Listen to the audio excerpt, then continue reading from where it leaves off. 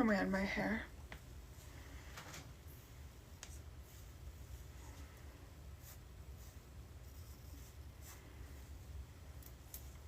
Why is my hair so frizzy?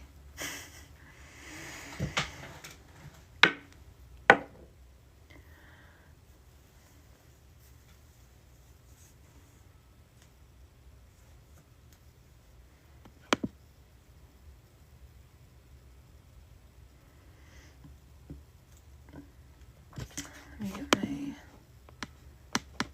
laptop started.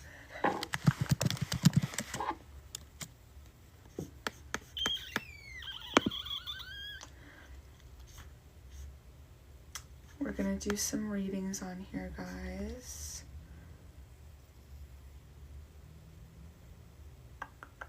Oh, I have to call my mom.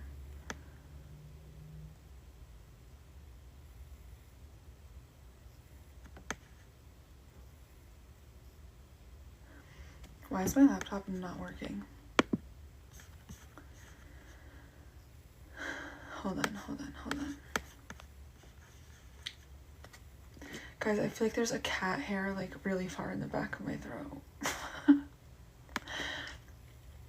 Like I'm gonna start dry heaving like a cat. Hi Casey, or Cassie. I don't want to say your name wrong. I need to put my hand down my throat.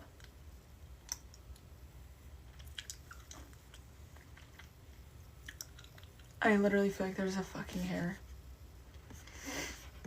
Okay, I got my laptop working. Fuck, it's still in my throat. I can feel it. Okay guys, we're gonna do some live readings. I'm gonna pull up Astrology and we can get the ball rolling. Thanks, girl.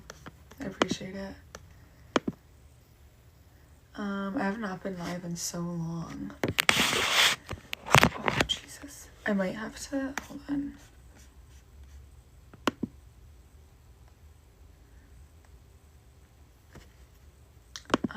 Okay.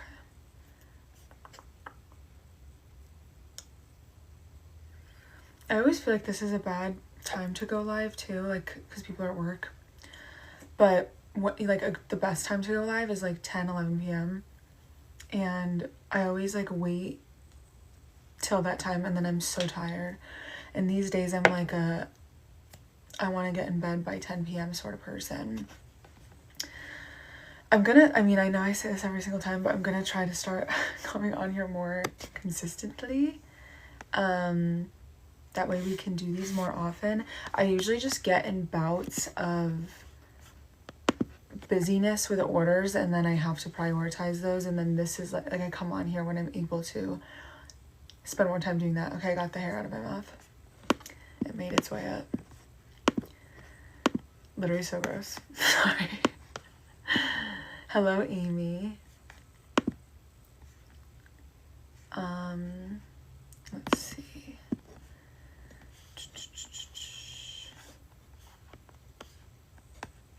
Where is this?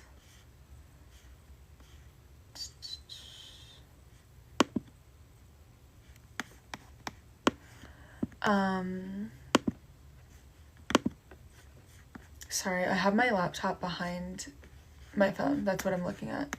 I feel like sometimes people get confused. Okay, we're gonna do some live readings, people. If you would like one, you just cash up the cash tag here. It's Young Kales with 3 Z's, and we can get the ball rolling, baby. My friend just texted me. They're at the bar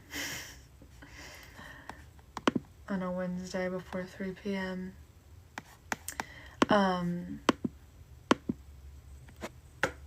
If you guys don't want not a free reading, sorry. If you guys don't want a reading, but you want a more affordable thing to understand, like what's going on for you, your major transits, based off of your rising sign, I do have on my website a whole 2026 forecast. So it's a PDF, but it's based off of your rising sign. It's all of the major transits of this year, how they impact you, and then 10 very, very practical, you can pretty much expect this to happen predictions per major transit.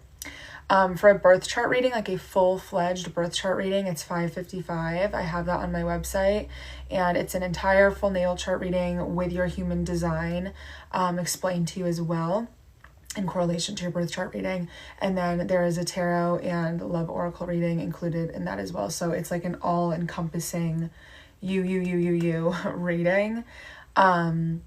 I most of the time, which I just like, my favorite readings right now that I always recommend to people are the Feeling Lost reading on my website. That's the number one that I tell people to book if they're new, if it's a first time client, if it's someone who hasn't come to me in like 6 months to a year, because that's going to cover all bases of what is currently going on for you.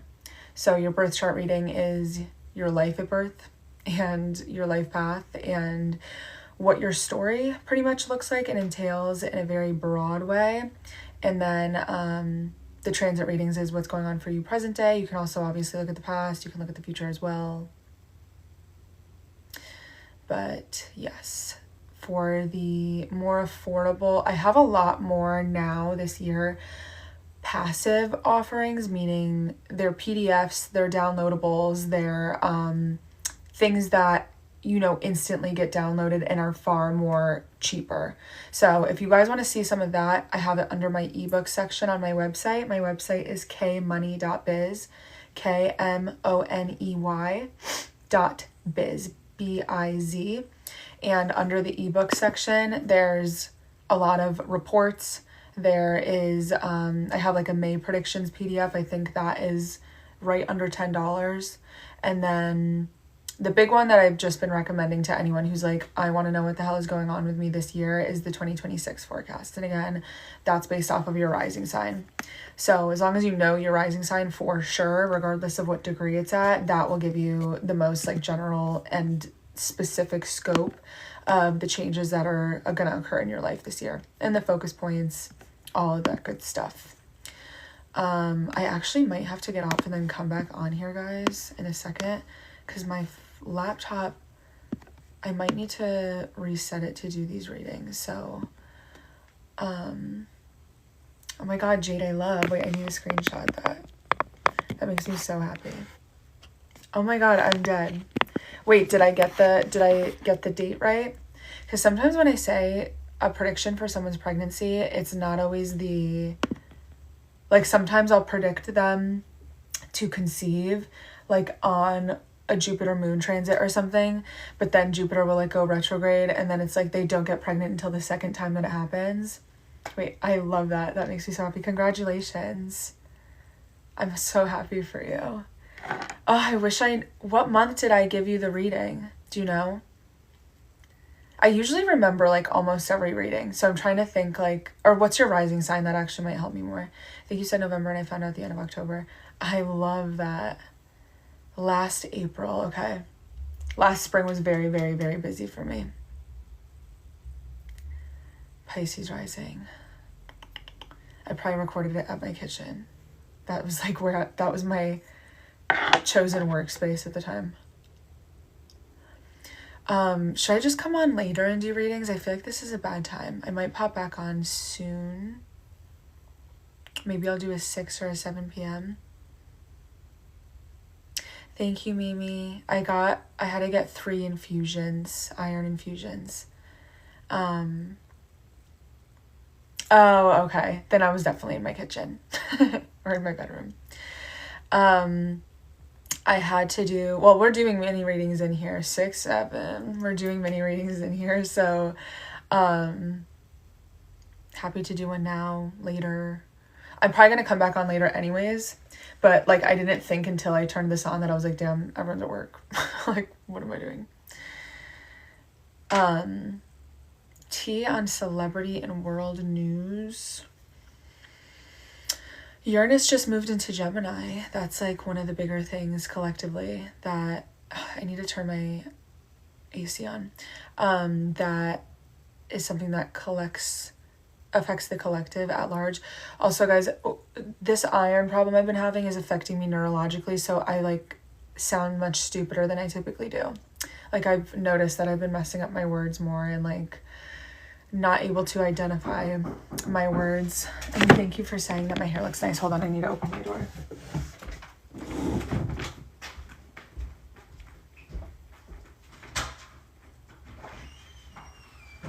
Why do you still have that on your nose? I put a fresh one on.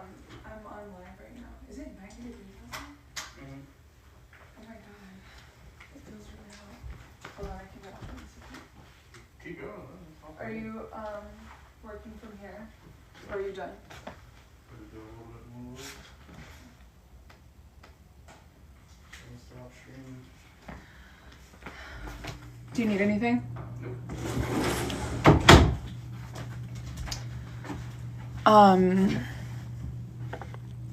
It's through Cash App. It's the Cash App on... Oh, thank you for saying my hair looks nice. So much of it has fallen out. So that makes me feel better. It's Cash App. It's Young Kales with 3 Z's. And then I just need your birth information from there. But yeah, I've been curling it more because I feel like that hides... Like, it makes it look bigger than it is. Like, it makes it look like I didn't lose so much hair. But thank you, I appreciate it. I've been having a hair journey, honestly, since this time last year is when it started to fall out. But I've been trying to take some vitamins, collagen. I was taking Nutrafol for a little bit. Just make sure, guys, if you send them money for a reading, please send me your birth information so that I can do it for you. Otherwise, I have to send it back. Because I'm not going to be able to do the reading for you if I don't have your information. I know, I think the last time I went live was in December, around Christmas. I was like spiraling on here. You know, spring's been pretty... Well, the thing is, like, the transits that we have right now are the same transits we had this time last year. But it's the second go around of them. So they've been knocking a lot of people off kilter. You can just send it here. I just need your birth date, time, and city to the closest accuracy possible. And then we can go from there. Oh my God, sorry. or you can put it in the Cash App. I don't know what I just choked on.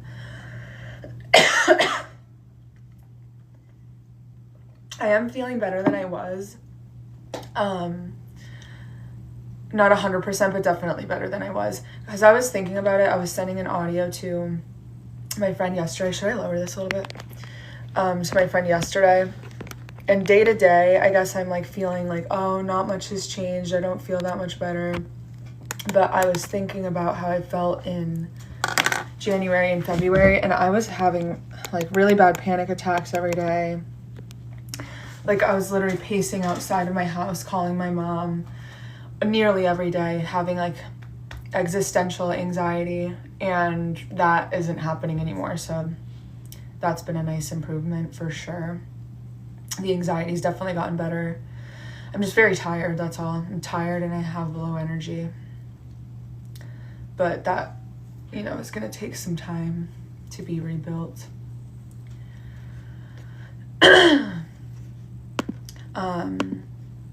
I don't think, oh, let me pull up, I always do this. Let me pull up Cash App on here so I can see who is sending what in what order.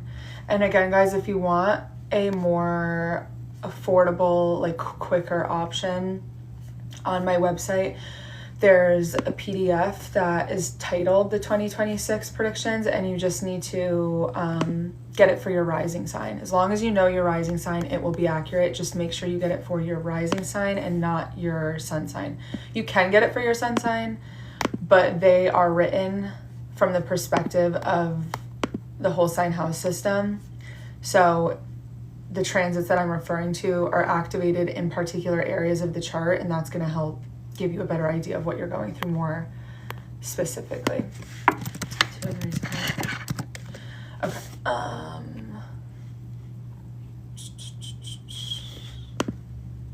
Okay, one second, I'm logging in. 3, 2 weeks. Hold on, I literally have to like look at the next 2 weeks.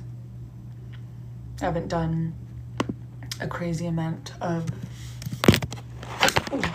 May readings yet. So usually like by the first week of the month, I'll have a really good idea what's going on because I have to keep repeating myself in all of the readings. Okay. Let's see. Okay, thank you, Kia, for sending it. Or, oh, your name, Kia sold me. I love that. Okay, let's see. I'm primarily on Twitter too for predictions. Like, I'm very, very bad with staying active on each platform consistently all the time. I feel like I often get in phases where I jump around from one app to another, but in terms of like consistent predictions and like where I'm on the most is Twitter, is on X. So if there's anyone who's like, what have you predicted, stuff like that, that is the place to look for sure. Rosedale, Maryland. Okay.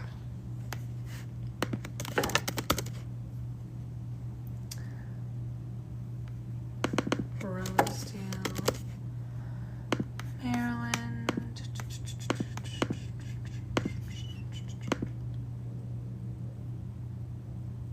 Yes, it's the same handle. It's Young Kales, YUNGKALEZ.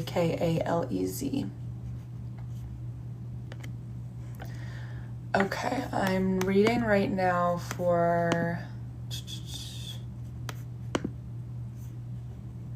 Why is it not showing me the name?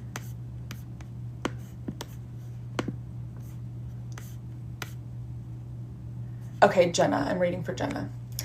Let me see. Okay, Jenna, let me see your chart. So you're a Gemini rising.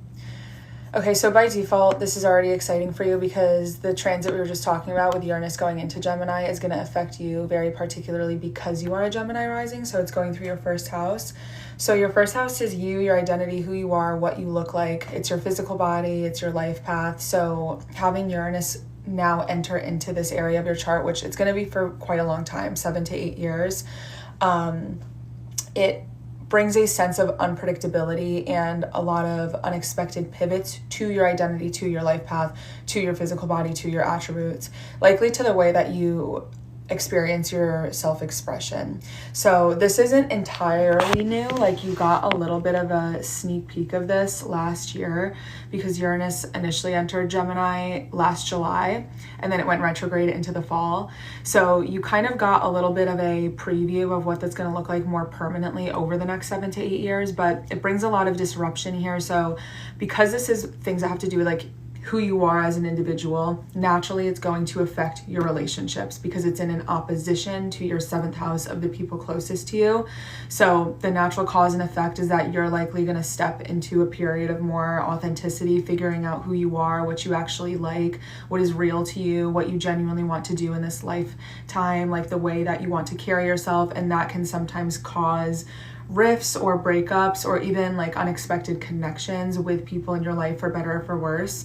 I know a lot of the times when I do these people, their first question is just like, is this bad? Is this bad? Is this going to be bad? It's not a inherently good or bad planet. Like, we have planets that tend to bring more conflict or discomfort that just inspires change. And then we have other planets that tend to kind of give us frivolous sort of gifts or an easy way out. So this one isn't inherently good or bad, but it is an extension of like Saturnian energy as well because it's ruled by Aquarius. So it does sort of have this Wheel of Fortune energy to it, like in the tarot deck, where we have to expect the unexpected. It can be quite unpredictable, but this can be manifest most practically as just suddenly sort of realizing you're not living the life that you either believe is for you, or that like you can feel like you're living someone else's life. This can be when someone randomly starts to be like, I need to go to a different city, I don't feel like I'm myself here, or I need to get out of this friend group, or this job just does no longer align with me anymore.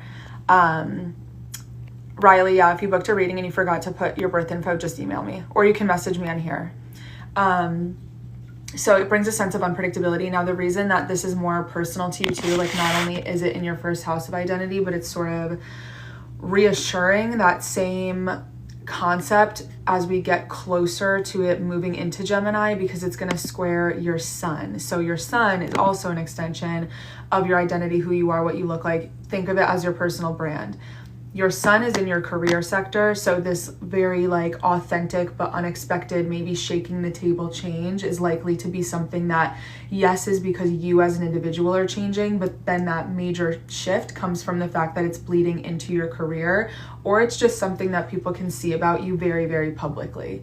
So this is a lot less likely to be this like emotional interchange that people aren't seeing in your physical circumstances, but that you're just experiencing internally within your emotions. This is a lot more likely to be something where people are like, you know, they follow you on Instagram or something, and they're like, did you see that Jenna moved to this new city, or that she's starting to do this new thing or go down this new path? And that's okay, that doesn't even matter, but it's just in a very public area of your chart, likely having to do with your career, your public image, your reputation, the things that you post online, the way that you carry yourself, the way that you present yourself, things that you kind of wear on your sleeve. So in terms of when that's going to happen, like the direct square to your sun being, again, your identity, that will be, let's see, I don't even know if it's going to be exact this year because Uranus is a little bit slower moving. So in July, it's going to be at 3 degrees. Your sun is at 4 degrees. Yeah, so it looks like it's going to occur for you this summer. I'll give you an exact date. One second. Let me see. It's probably going to be about the second half of July. That's going to be where you're going to start to feel the really intense squeeze of the identity shift. It's also going to be in a direct opposition to Pluto, which is transformation, change, literal and metaphorical death, like slamming the door shut on a chapter within your relationship sector. So this is really electrocuting every major area of your chart. In astrology, in the natal chart, we have something like essentially referring to the primary houses in the chart. So that's the first house of self and identity, the fourth house of home and family, the seventh house of relationships, the 10th house of career and public image. So think of when you're introducing yourself to someone, it's who are you, what's your name, where are you from, are you single or not, what do you do for work? So when you have a planet come into the crossfire of those four most primary areas of the chart, it's like electrocuting the skeleton of your life. It's shaking the table very drastically. So that's something to keep an eye on. I will say, despite the fact that this is expect the unexpected, you are likely having the rumblings of like the churning change within you. Like you might have an idea of what this is, because Uranus is also when push comes to shove. It can be when the boiling point reaches the explosion of like something that you have been harnessing or bottling up or sort of brushing under the rug for so long is like, okay, this is undeniable at this point. Therefore, there needs to be a forced change. It also will even later than that. So we'll say middle of July, right? That's where the change with maybe it starts with your relationship sector. We'll say end of June, first half of July, major change within your closest relationships, regardless of the nature of the relationship. It does not have to be romantic. It could be a business partner. It could be a client. It could be someone that is a teammate of some sort, or within a collaboration, or someone that you share a contract with, but it's usually likely to be if you're in a relationship, a romantic one, a monogamous relationship. It can be interpersonal ones as well, though, close friends, family, etc. And then it's going to come into a square second half of July into early August with your sun. That is a change in the identity and the career. And then not too much later, it looks like it's going to be the second half of probably August. We'll see. It might go retrograde right in time because it's hanging out at 5 degrees for a while.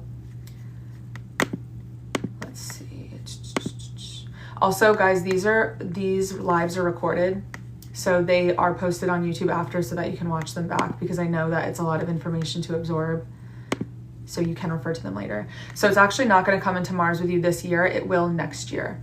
And again, you're getting, similarly to 2025, a sort of rumbling sneak peek of the change you're heading towards. And then it's like the ship turns around right before the change occurs, and then further manifest into 2027. Oh, thank you. Thank you for the kind words. I wouldn't say, like, so, okay, if this is causing paranoia, like, let's say you're in a relationship right now.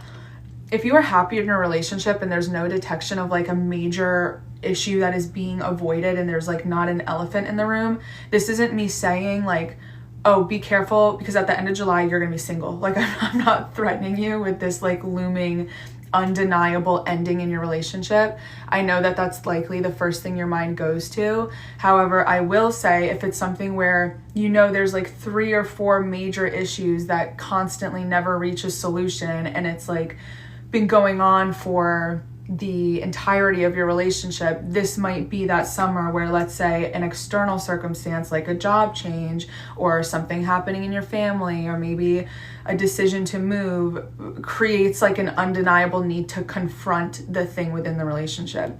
And while Uranus does rule separation and explosion and detaching from something, sometimes the shock itself, because it also reflects liberation, can be that you just finally confront it and it frees you from the problem, from the conflict. So there might be like an explosion in the sense of confrontation, but that doesn't always have to result in direct unhappiness and like having to completely destroy your relationship. Okay, that's a perfect example of, see, that's very identity focused. So naturally, by you stepping into being honest and authentic within yourself, the role we play and the people closest to us, like the lives of the people closest to us, they're used to us being one way. So while you are kind of going through, you're processing things that might be more authentic to you and having these passing thoughts alone in your mind, what can feel like this has been me the whole time, like why is this a shock to you, is a shock to them, because now you are presenting yourself as that authentic thing rather than being authentic in your mind but not externally. So when you play such a consistent role that people are familiar with in their lives, and that changes immediately overnight for them, naturally they're going to have to adjust to that.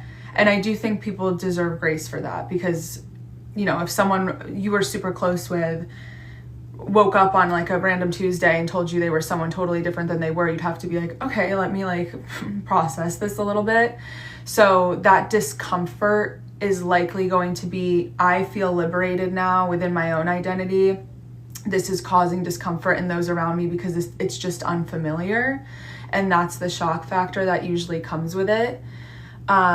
So it's nothing to lose sleep over. Like this, it's reflecting what you are going to be experiencing throughout the summer. It's not something that you can avoid or undo or run away from. Like the reason these things take place is for your own evolution. Like you just want to roll with the punches with it. But this is, again, to be clear, not an inherently bad transit. This isn't something where I'm like, oh, this person has it coming. If anything, you're the wrecking ball to the people around you, because it's you. It's in your identity sector. So you're likely the one shaking the table for other people. Now, if it was in your relationship sector, I would say, someone you're super close to might come out of nowhere and like throw you off completely. But this is a longer running story. It's going to go into 2027. So this isn't something you have to, fear that you're going to have a bad summer about. It's going to unravel over time. It's likely to not be this like super overnight thing. It's also worth mentioning too that you've had Saturn and Neptune move into your social sector this year. So that naturally too can create some changes within your closer friends. So this doesn't necessarily have to be your closest relationships, but this is rather like your acquaintances, people you know through work, friends of friends, people that follow you on social media, stuff like that. It's also your larger ambitions, and it's the grander vision that you have for your life.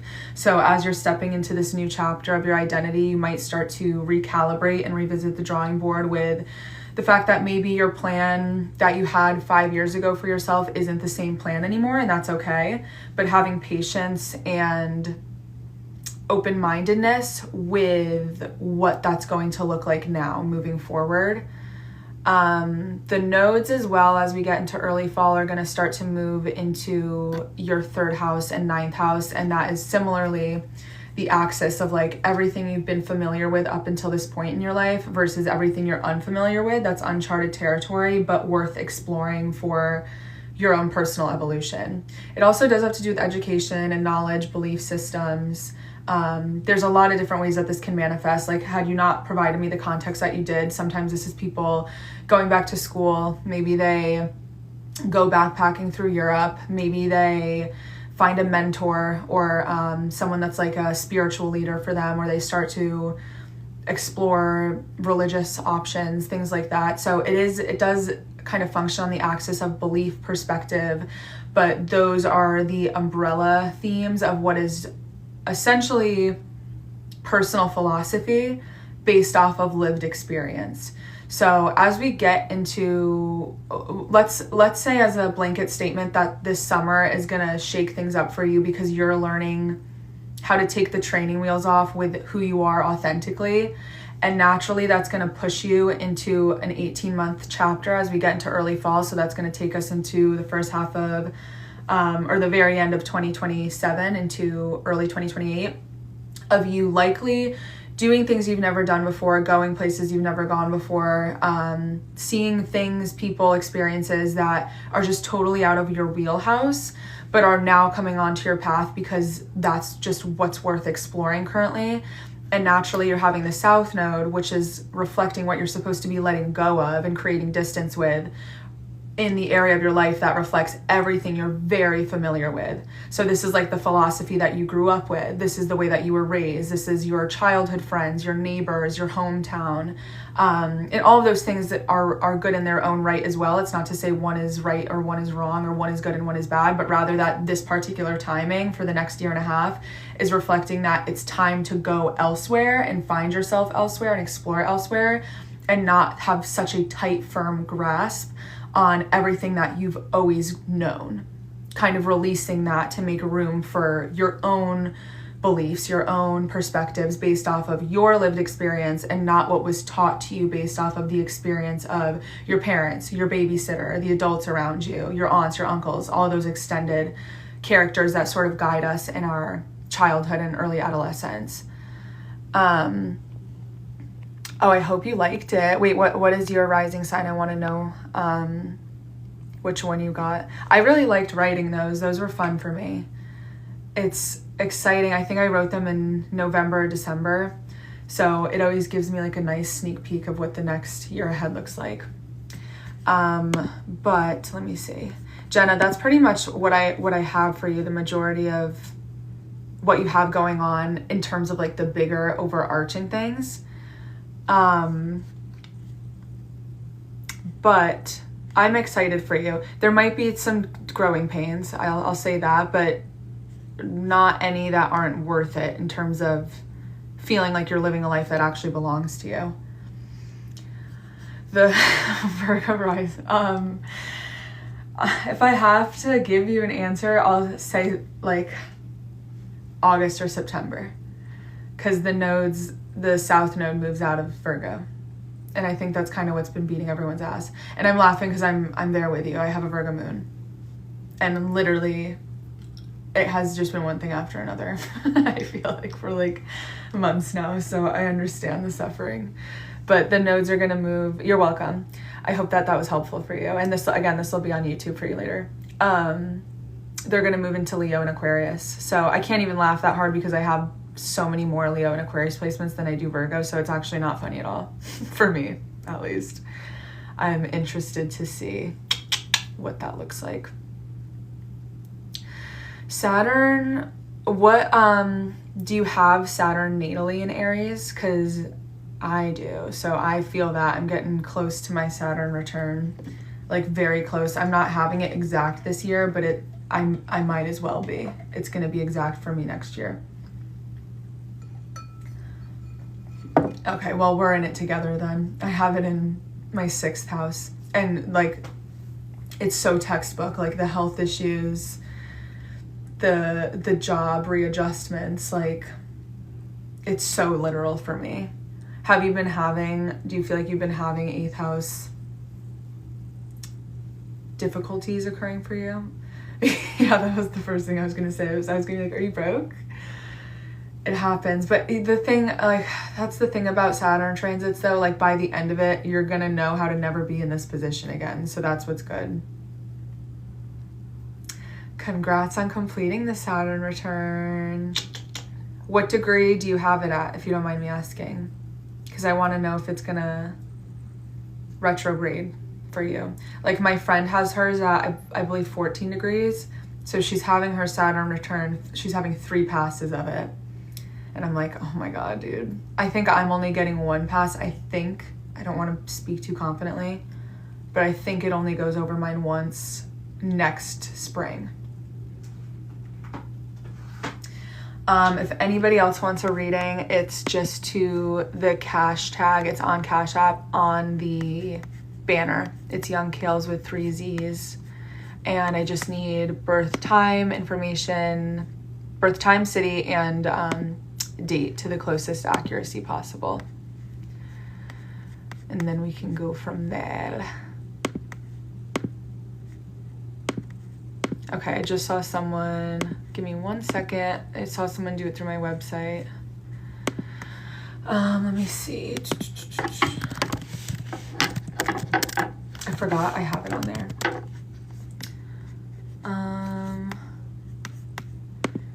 Oh, dude, I keep forgetting. I'm using like a literal old ass MacBook. It's like so janky that it's not even like compatible with Shopify with what I have my website on. Okay, thank you, Lexi, for sending your information. Give me 1 second.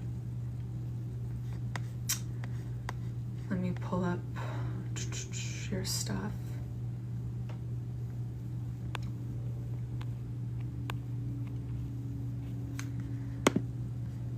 Alrighty, we'll enter the date manually. December 10th. 92, that was my ex's birthday. Actually, I think he was born in 93. 10/04. Yeah, so you can send it on Cash App and then I will do yours right after. I do it in order so you won't get missed. Okay.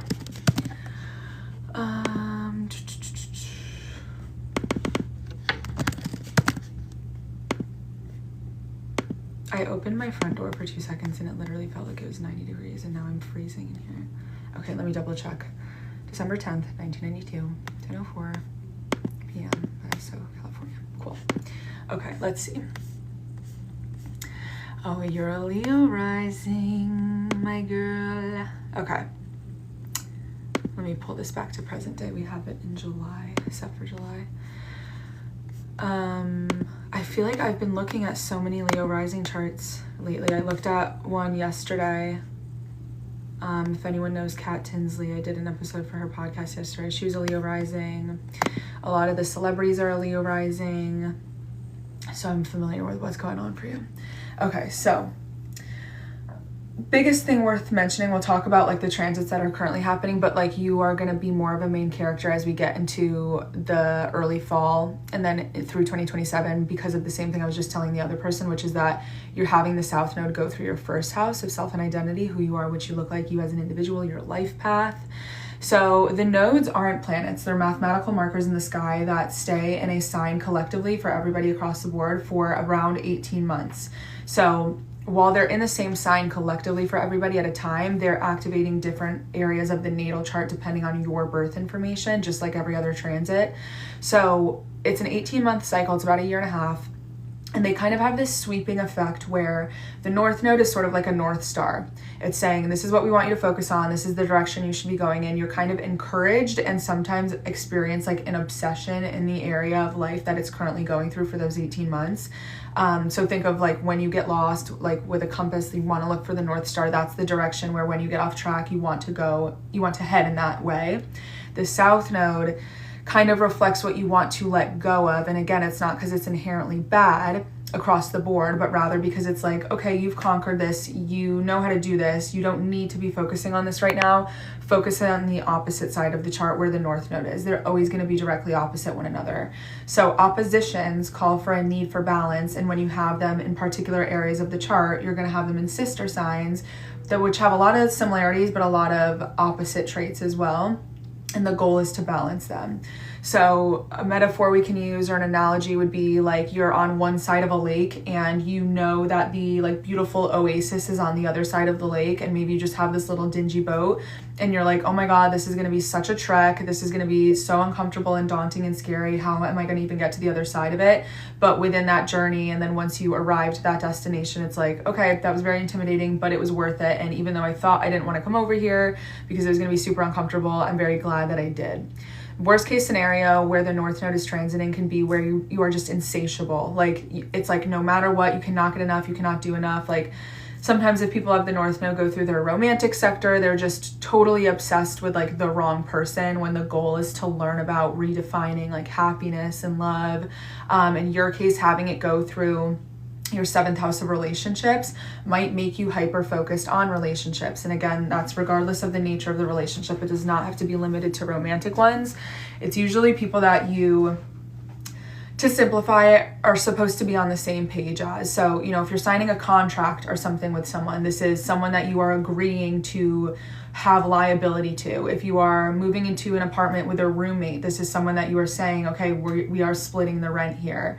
If we take finances out of it, this is something where you have, you know, unspoken, this almost like silent agreement with a close friend that it's like, you can trust me, I can trust you. In your relationships, whether, you know, if it's a monogamous relationship, it's the commitment that you hold to one another, the trust that you have. So having the North Node go through the relationship sector can bring a lot of fated changes to your relationships for better or for worse, meaning that with the nodes, with the way that they operate, it can often feel like they are plucking things and moving things and rearranging circumstances in your life against your will, where you're like, I didn't ask for this is not what I planned.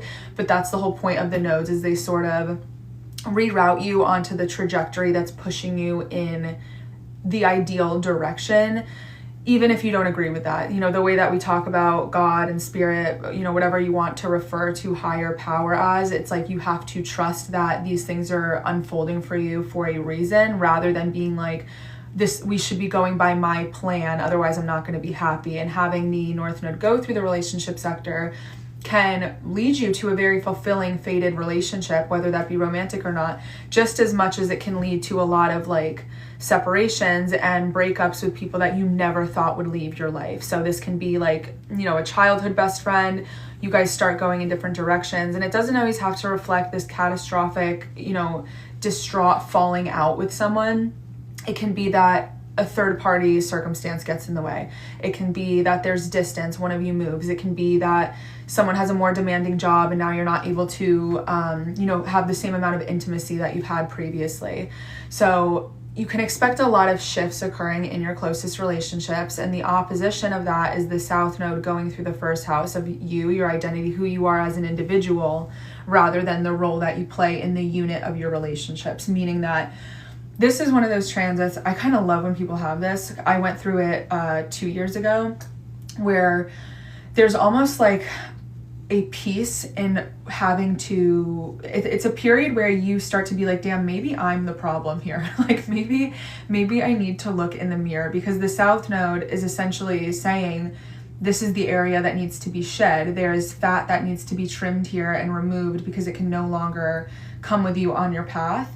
So despite the fact that physically this can be like actual physical changes, this can be like weight loss, this can be any sort of, you know, if there's anything health-wise going on, it can affect your physical attributes. But this can also be where you start to shed things that just no longer make sense anymore, or were like part of an old storyline, whether that's your wardrobe, the way that you carry yourself, the opinions that you like so harshly wear on your sleeve. You just start to realize like, maybe this isn't as much a part of my identity as I thought it had to be previously. And within your closest relationships, because of that opposition, you might start to see like, oh, maybe I'm the one making this like really hard. Maybe I'm the one that needs to sort of see where I'm creating the frustrations or the inability to get close with people. So like, let's say, for example, you're more of an avoidant person. This might be one of those times in your life where maybe for so long you blamed other people or things that other people do, and you start to realize like, oh, okay, my newfound focus on relationships and me wanting to make them work so much is also connected to this inner work that I have to do around the way that I operate in other people's lives. So kind of pulling yourself out into a bird's eye perspective and seeing your participation within your closest relationships without having that, first person point of view, and seeing how you push and pull, or seeing how you benefit or create frustration within the relationship, etc. Not only thinking about how other people affect you, but how you affect other people, for lack of a better word. That's like probably the simplest way to explain it. You have Saturn and Uranus in your 7th house. You also have Venus there, both of which kind of reflect a lot of like doubling down on the themes of relationships, and Saturn itself really reflecting long-running issues within your relationship. So things that maybe started in your childhood but then bleed into the people closest to you. And Saturn's really difficult in the 7th house in a positive way, like in terms of the span of your life. This can reflect very long-term relationships. It can affect that when someone enters your life, they're there forever. You have very long connections, even if they're like strenuous, an attachment to people. Definitely jumping around the axis of like avoidance and attachment, because Saturn in Aquarius too is that push and pull of intimacy. So having the North Node go over these things is certainly, throughout the transit of the next 18 months, going to highlight these things against your will. But even though, again, it might be uncomfortable, it's in your best interest. It's likely going to be those growing pains of like, oh, I don't want to confront this thing, or like I would rather just not have to look in the mirror in this way, or confront this sort of fear with someone close to me, but I know that that's probably exactly what I have to do. So a lot of self-reflection. And then the South Node here is actually going to sweep over your natal Chiron. And Chiron is an asteroid referred to as the wounded healer, meaning that the story in mythology of Chiron is like someone who, if we were to apply this to our lives every day, is someone who is very hurt, but is still able to heal other people despite the fact that there's still a lot of vulnerabilities that haven't been completely soothed. So having the South Node go over your natal Chiron is saying, hey, we need to confront and let go of unresolved pain, which is likely directly in an opposition to affecting your closest relationships. Uranus, that unpredictable planet bringing a lot of shock, detachment, liberation, has also moved into your social sector. So that was it last month? I think it was early last month. This is a 7 to 8 year transit. The people you're friends with might change up a lot. If you're a part of any group, board, organization, political party, religion, any sort of demographic that you like associate with or consider yourself to be, that might change very abruptly throughout this transit. It might be something that you entirely detach from or suddenly become a part of, because this is your participation within larger social groups and communities. It could also be that your life vision, like your pipe dreams, the things that you truly want for yourself on a grand scale, totally pivot and move into a totally different direction than you had originally planned. This is a long transit, so you don't have to expect this to be something that happens overnight anytime soon, but it will eventually come into an opposition with your sun throughout the transit. So probably about in we'll say maybe around 2030.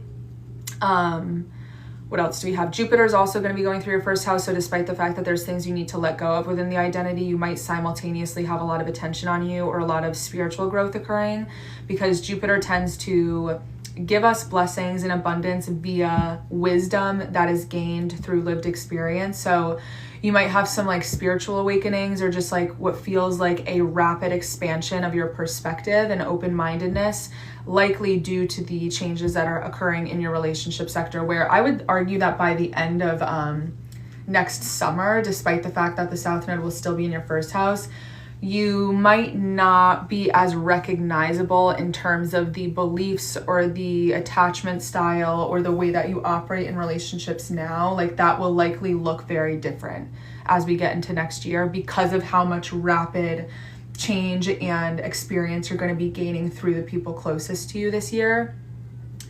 What else? You're having your Mars return probably at the end or middle end of September this year. That happens every 2 years. That's usually, I always say it's like the perfect excuse to be a bitch because it's like renewed and revived energy. It's a surge of like, if you've had any repressed anger or sexuality, or there's things you want to express and you bottle it up, especially due to like emotional things, that will likely, you know, the top of the bottle is going to come off as we get towards the middle to the end of September this year. So you might find that as we get into fall, you're just like having a totally new chapter in terms of exerting your energy. And that can be literal. Like that can be that you start to really start working out, working on your physical body, maybe do a competitive sport or something, as much as it can be an emotional new beginning where you're no longer putting up with people's shit, or maybe you're sticking up for yourself, maybe you're setting better boundaries, maybe you're expressing things directly instead of like harboring them within you, things like that. A lot of relationship focus, a lot of identity focus. It's kind of like you are chiseling yourself and your relationships out of clay, and it's just getting more intricate and detail oriented as we get through this transit for the next year and a half. Lots of changes with your perspectives, your open-mindedness, the way that you view the world and your place in it, maybe your religious or spiritual views. There could be things with education or traveling or distance occurring as well. I do think some of these changes are going to be in your friendships. I'll say that. And I think that's the majority of what I have for you. And again, this is a longer running story because you've had Pluto sitting on your Venus for like literally 2-3 years now. And that brings massive changes to romantic relationships, close relationships, and your finances. But mostly relationships because it's in your 7th house. So that is what I will leave you with. But a lot of identity changes, a lot of relational changes, all of which will be positive in the long run, even if it's uncomfortable as you're initially going through it. I think I had someone on. You're welcome, Lexi. I hope that was helpful for you. Dude, this ring light sometimes, like, I feel like it sucks the life out of me. I don't know why, but if I shut it off, it's like so dark. Good, I'm glad, thank you. I had someone on Cash App and someone on my website, so I just want to make sure I do them in order so no one gets screwed over. Let me see. Again, for anyone who didn't listen before, if you don't want to get a live reading or you just want like a reference sheet or something like that, I do have a PDF on my website. It's under the ebook section. I think it's also under the shop tab. It's on at kmoney.biz, and it is a 2026 horoscope report, and they're based off of all the rising signs. So let's see. I'm gonna look at what time both of them were sent. This laptop really cannot handle Shopify. It's crazy. Okay, I just did Alexis, correct? Yes, Lexi, Lex. Let's see.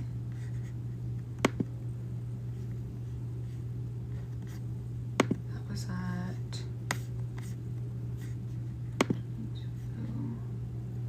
What time is it? Okay, the one on Cash App came first, I believe.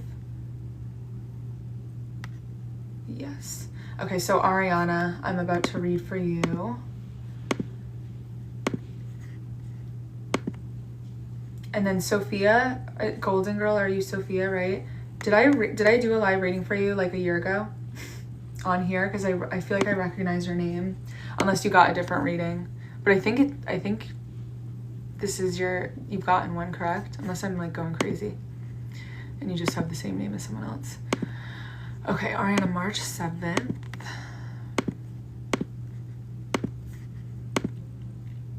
...2001... Connecticut, let's go. Connecticut. I love when I get a Connecticut girly pop. 7:50 a.m. Oh, dude, I feel 90 years old with my back.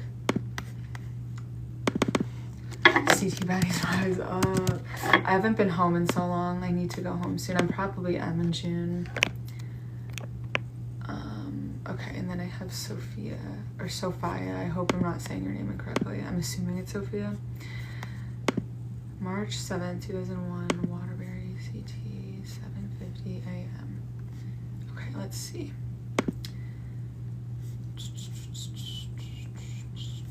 Let's pull up to present day.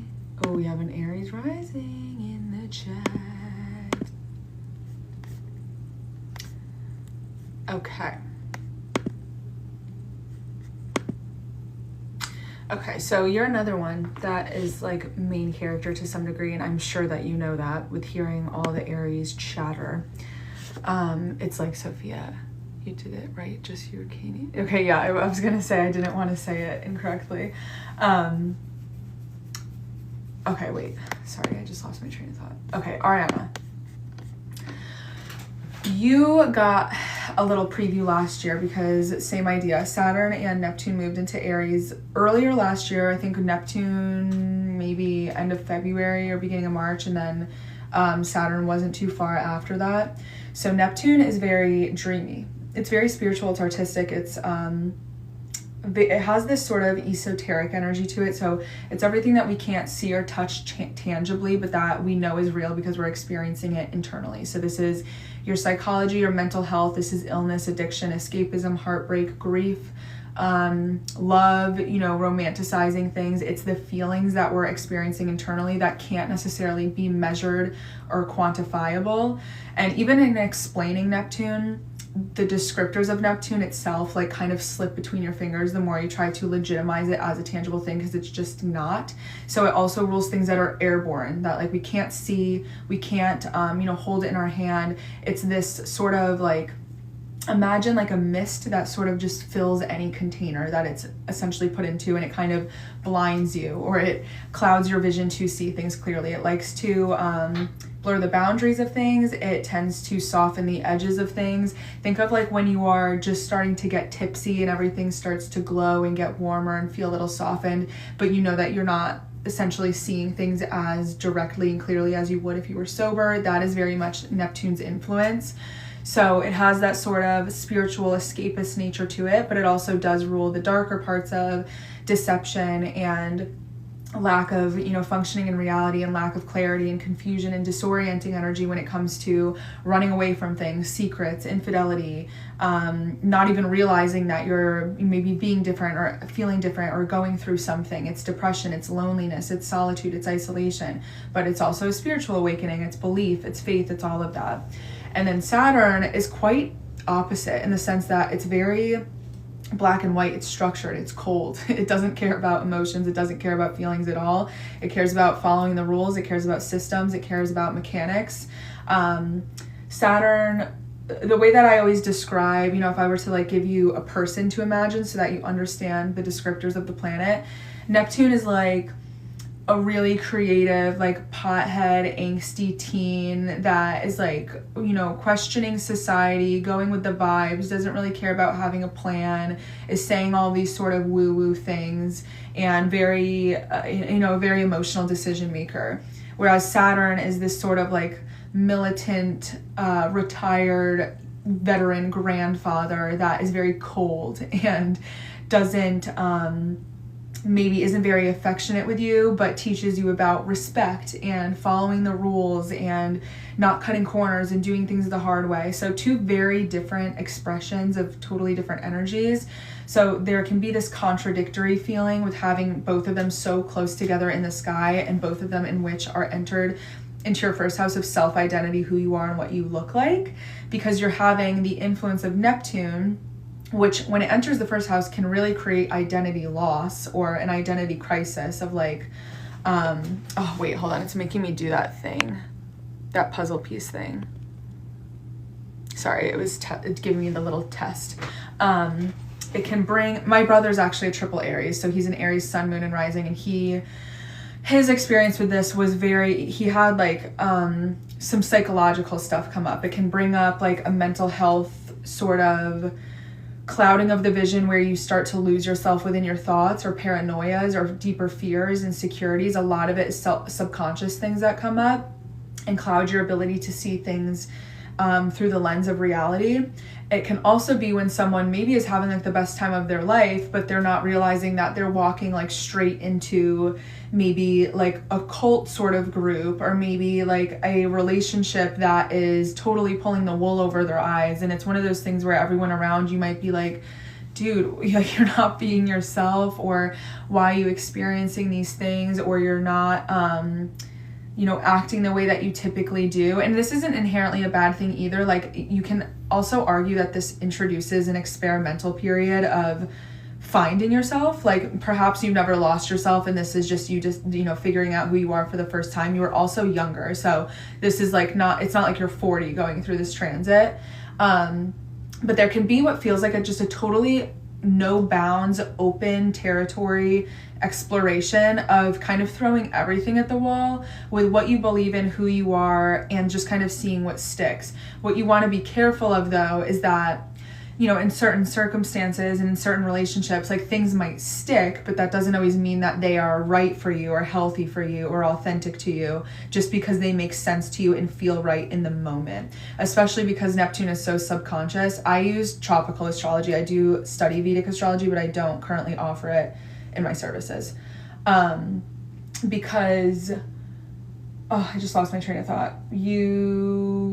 Because it's very subconscious.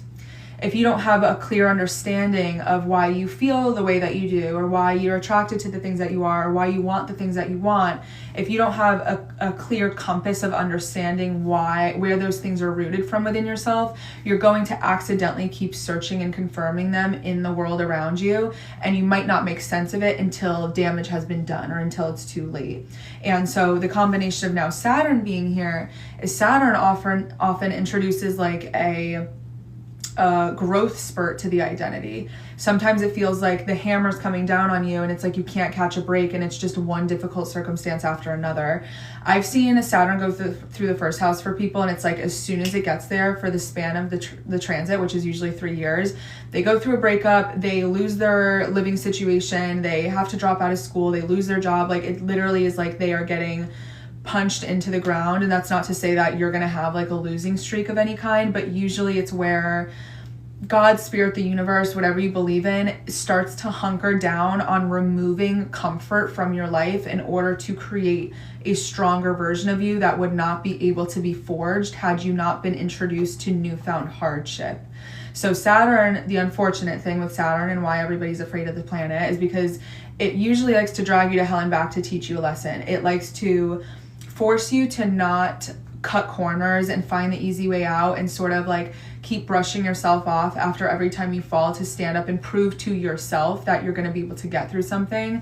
And usually at the end of Saturn transits, it's one of those things where in hindsight you look back and you're like, okay, that was sick that all of that happened to me, but I'm grateful that it did, because anything that gets thrown at me now, I can pretty much handle it. And this is going again through your identity sector, so who you are, what you look like, your life path. I will say too, it just finished a 3-year transit through your psychological sector, and that is very difficult. So I wouldn't be worried, because I think that's particularly scarier. Like, because having it go through the 12th house is like you feel like you're experiencing doomsday every day internally, even though nothing is wrong on paper. And when you explain it to people, they're like, dude, like, I don't even get what you're going through. And that can be a lot lonelier. Whereas through the first house, this can be, I don't know, body image issues. This can be, I just feel lonely. This can be, I'm actually on the right path and I'm working very hard. Like, I'm going to school while I'm also working 2 jobs. And while this is very boring and tedious, I'm glad that I'm doing it because the hard work's going to pay off. But I'm really lonely because I haven't been able to see anyone as often as I would like to. Like, it can be the more practical. Saturn's very practical. It's circumstances getting either more annoying, hard, tedious, demanding, or just requiring more responsibility and discipline out of you.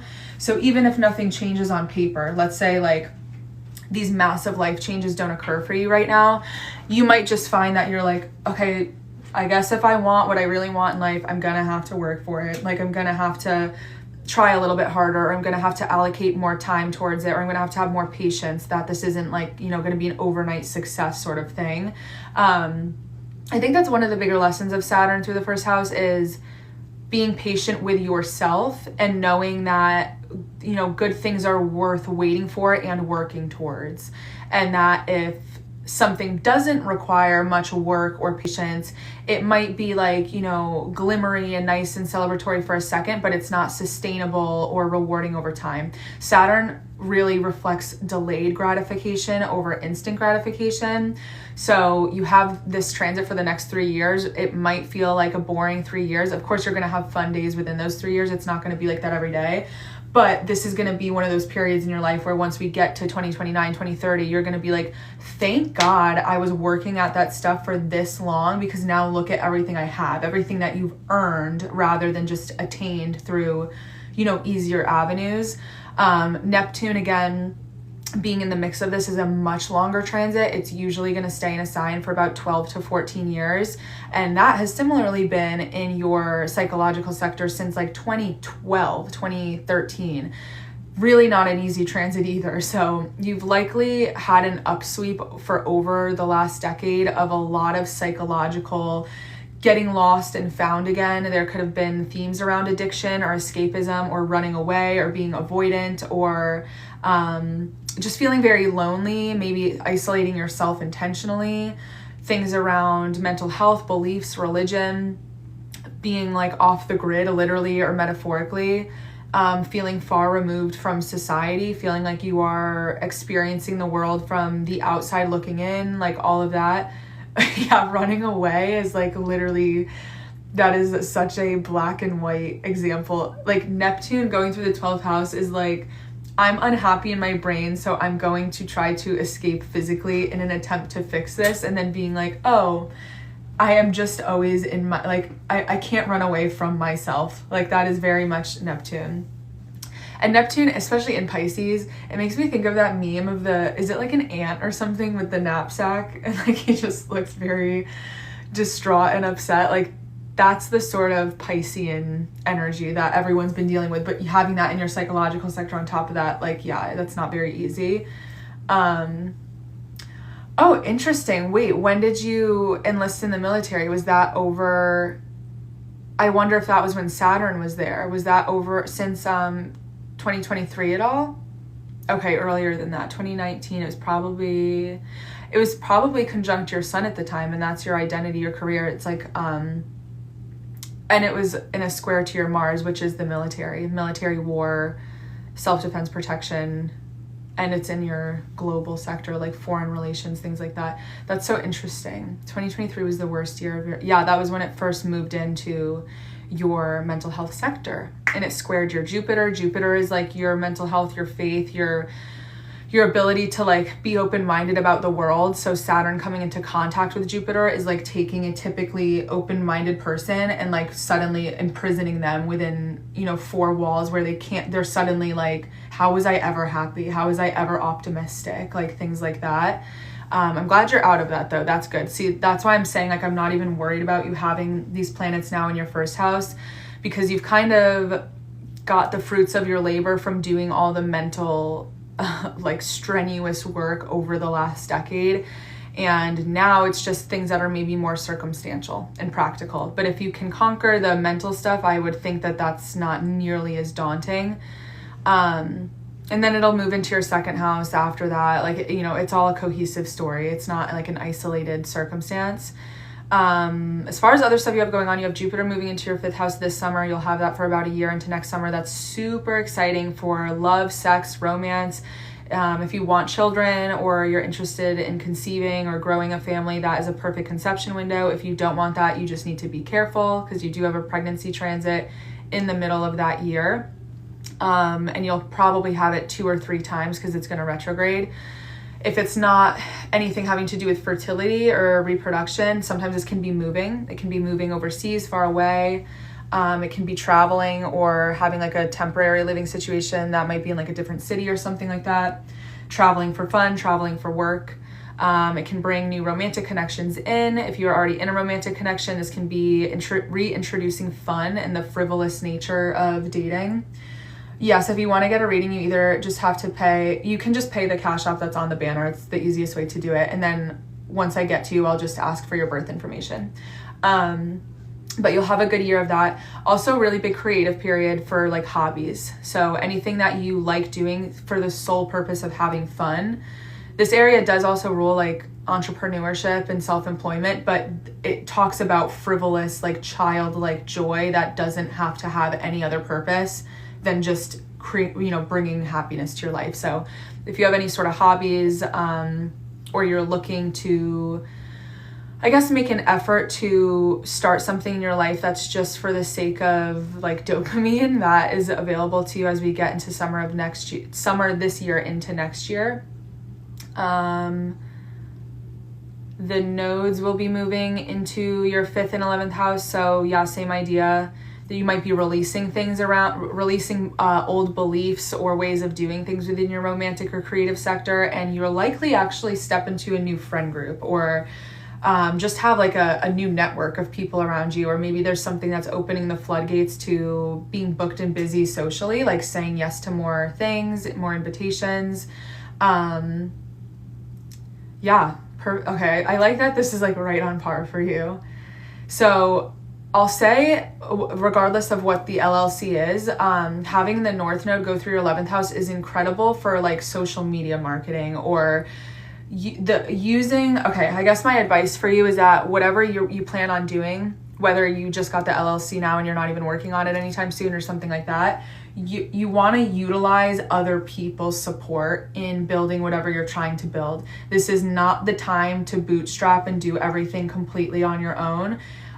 You might inherently be someone who's like that, but part of the nodes going through here for you is going to be the lesson that you will go a lot further with the support and, saying yes to other people offering you help or just putting you on. Or knowing a guy who knows a guy, or just being well connected, or using social media, like things like that. It's like the saying, if you want to go fast, go alone. If you want to go far, go together. This is the time to utilize group efforts and support from other people, and being very loud about putting yourself out there, whatever that may mean, is likely going to be quite beneficial for you.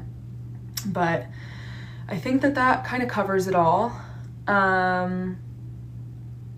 Again, something might be changing in a big way with environment, or moving, or distance, or location, or maybe education, learning something, studying something. Maybe a sibling or friends. I know that sounds weird. I'm just trying to cover all bases here. Transportation, because you're having Uranus suddenly bring a change or a shock to your belief system, education, knowledge, or foreign related matters. Okay, cool. Congrats. Have fun. I was going to say, yeah. So education, school, big stuff. Entrepreneurship, joy, big stuff.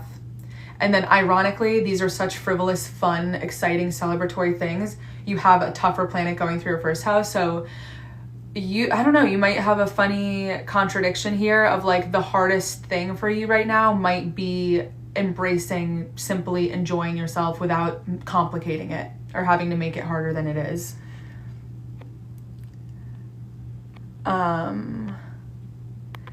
I'm doing individual charts, but this is for someone who's an Aries rising.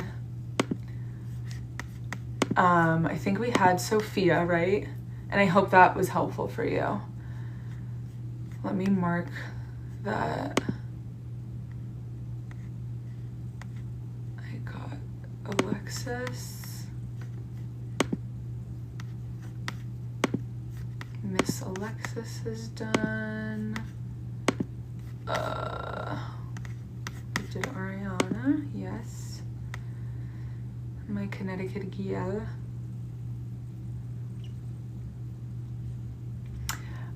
If you can type your info here, that would be ideal, just because if I go to my DMs on here, it like ends I have to pause the live and then it gets messed up.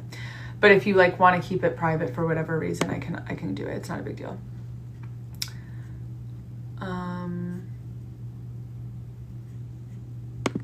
Okay, yeah, we have Sophia, and then we have Jazz. Oh shit, I just X'd out of that, god damn it. Hold on, guys. Thank you, Sophia. Give me 1 segundo.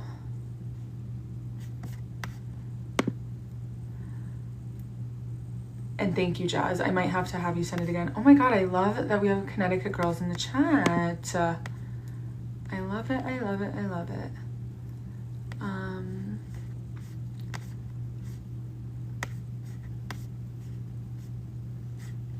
Okay. Okay, 3:30.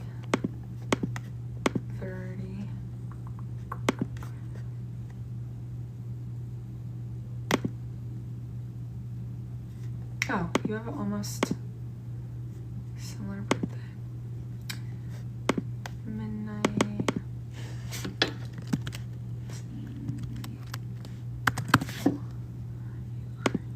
I don't know if I'm even saying that right.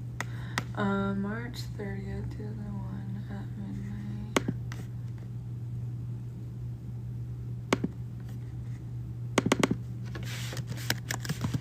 I feel like I look like such an idiot when I'm thinking.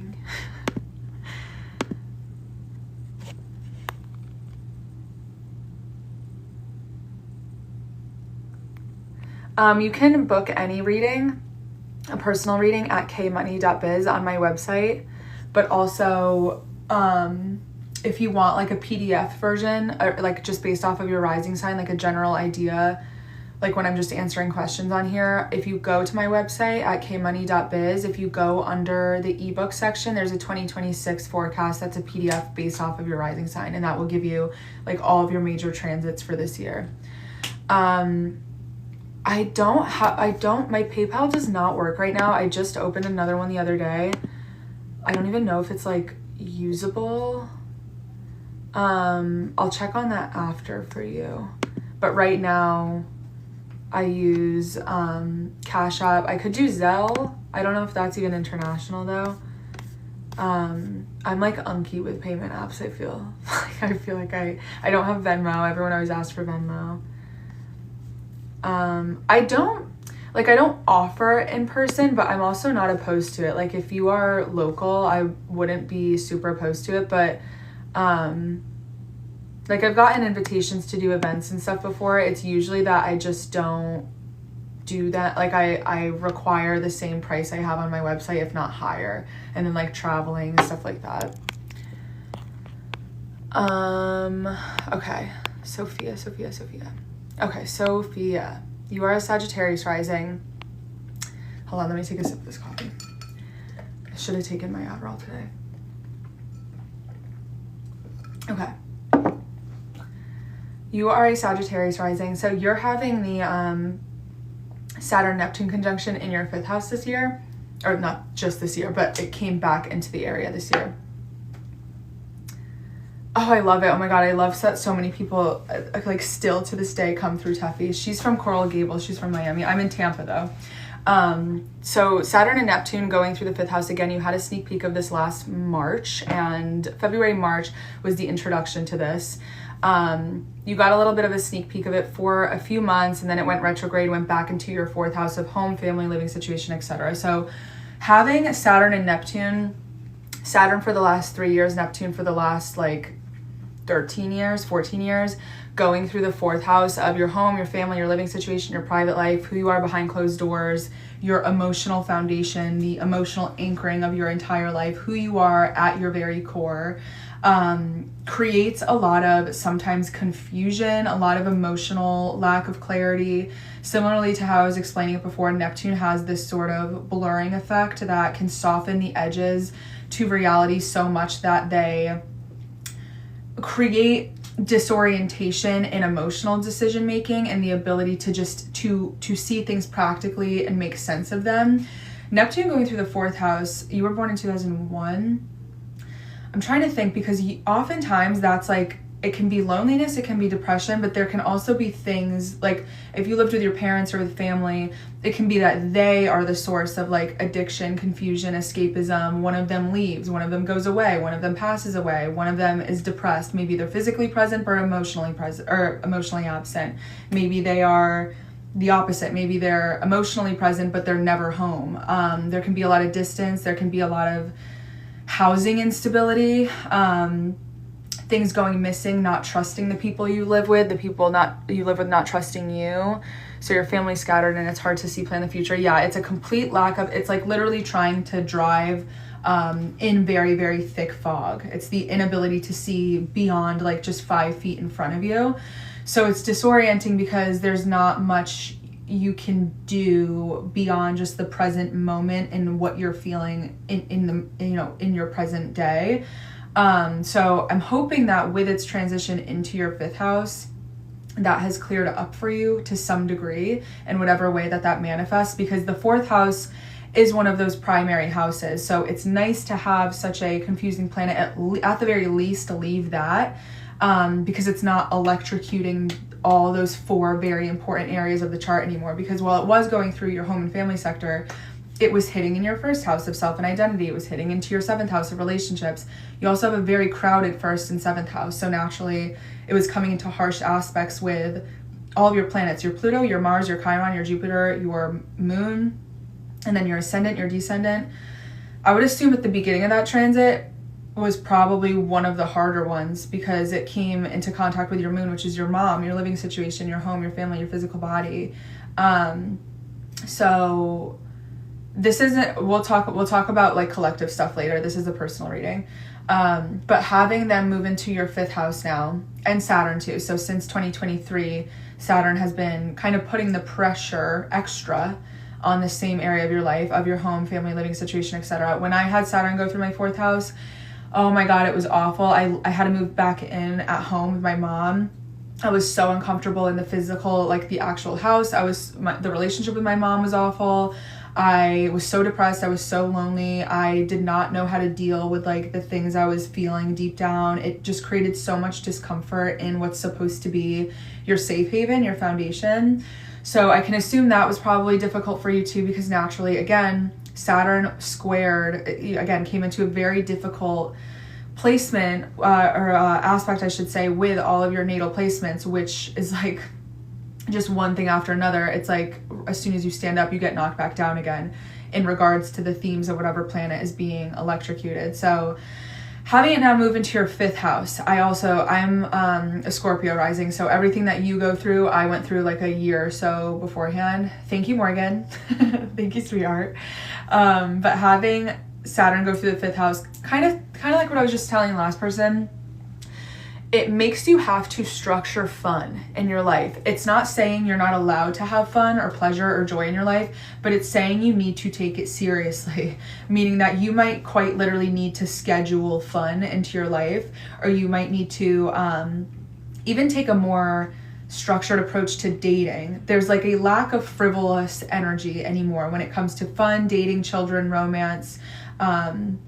You've been completely by yourself in the US and haven't seen my family in 4 years, so you're very isolated. So I'm wondering if this is essentially saying to you that like you are going to need to create your own joy in the capacity that is available to you, but to where it's something that you like need to treat as much as a priority as you would anything else that's serious in your life, like a job or like your stability, that you need to start incorporating ways that you can find meaning and joy in your life, especially considering your circumstances. Like that would put anybody in an emotional spot where they're lonely and they're like, the only thing that would be able to fix this is seeing my family, is going home, is having them come here. So while this does talk about joy, it does talk about entrepreneurship, it's doing things on your own, it is a very selfish transit. It's about having to learn how to be and make decisions from a place of just what you want. Especially too, and I don't want to like word this incorrectly, but if there's a responsibility on you from your family, finding a way to balance, meeting their needs, especially if it's a cultural thing, but also finding ways to make sure that you are,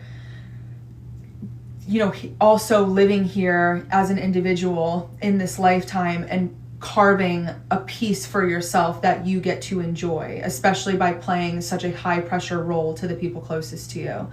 I'm hoping you're getting the point that I'm saying here, because I'm not saying to pick one or the other, but more so that this transit is saying it's time to get serious about what you want. And that doesn't mean you have to sacrifice cutting your family off or something like that, or not caring about them by any means, but rather, okay, then how do we pencil in both? How can we make this work for both parties here? And that doesn't even have to be like financial or focusing on the same variables literally at all. This could be getting up earlier to go to like Pilates or something, if that's what makes you happy. you came here for pause my family because you didn't approve and now you're circling back. Okay, that makes sense. With that being said, because Neptune too usually opens the floodgates to exploring like very spiritual and creative things, especially in the 5th house. So you might like find yourself toppling into exploring things that you had never previously either been allowed to or felt comfortable doing, and finding yourself within that a little bit. So maybe there will be the need for balance again of like pleasing your family, yet not denying yourself of like authentic desire and authentic, happiness and fulfillment. The South node so when you say circling back, the North node's moving into your 3rd house, which is about everything that you know, everything that's familiar to you. It's very much about getting back to basics, like the boring, tedious basics of life that become exciting when you haven't had stability for a long time. Like think of let's say you're super, like when someone's very bored or uninspired in life and they're like, oh, I just want to go on vacation. Like I just want to break this cycle and like remember that there's other things I can do in life rather than just going to work every day and stuff like that. And let's say they take like a month off of work, they go on vacation, they party, they do all this stuff. And it's like, you sort of get this feeling by the 3rd week where you're like, I low-key can't wait to get back home and just like have my normal sleep schedule again and make my coffee in the morning and go to work and watch my show. Like there's almost this desire to return to routine normalcy, even though like on paper that might sound so much more boring and tedious than enjoying a month-long vacation. And this sort of transit can kind of reflect the newfound inspiration of rebuilding a schedule, building what your life looks like from the moment you wake up to the moment that you go to bed, but redefining it now in your adulthood because you get to. It's no longer decided for you.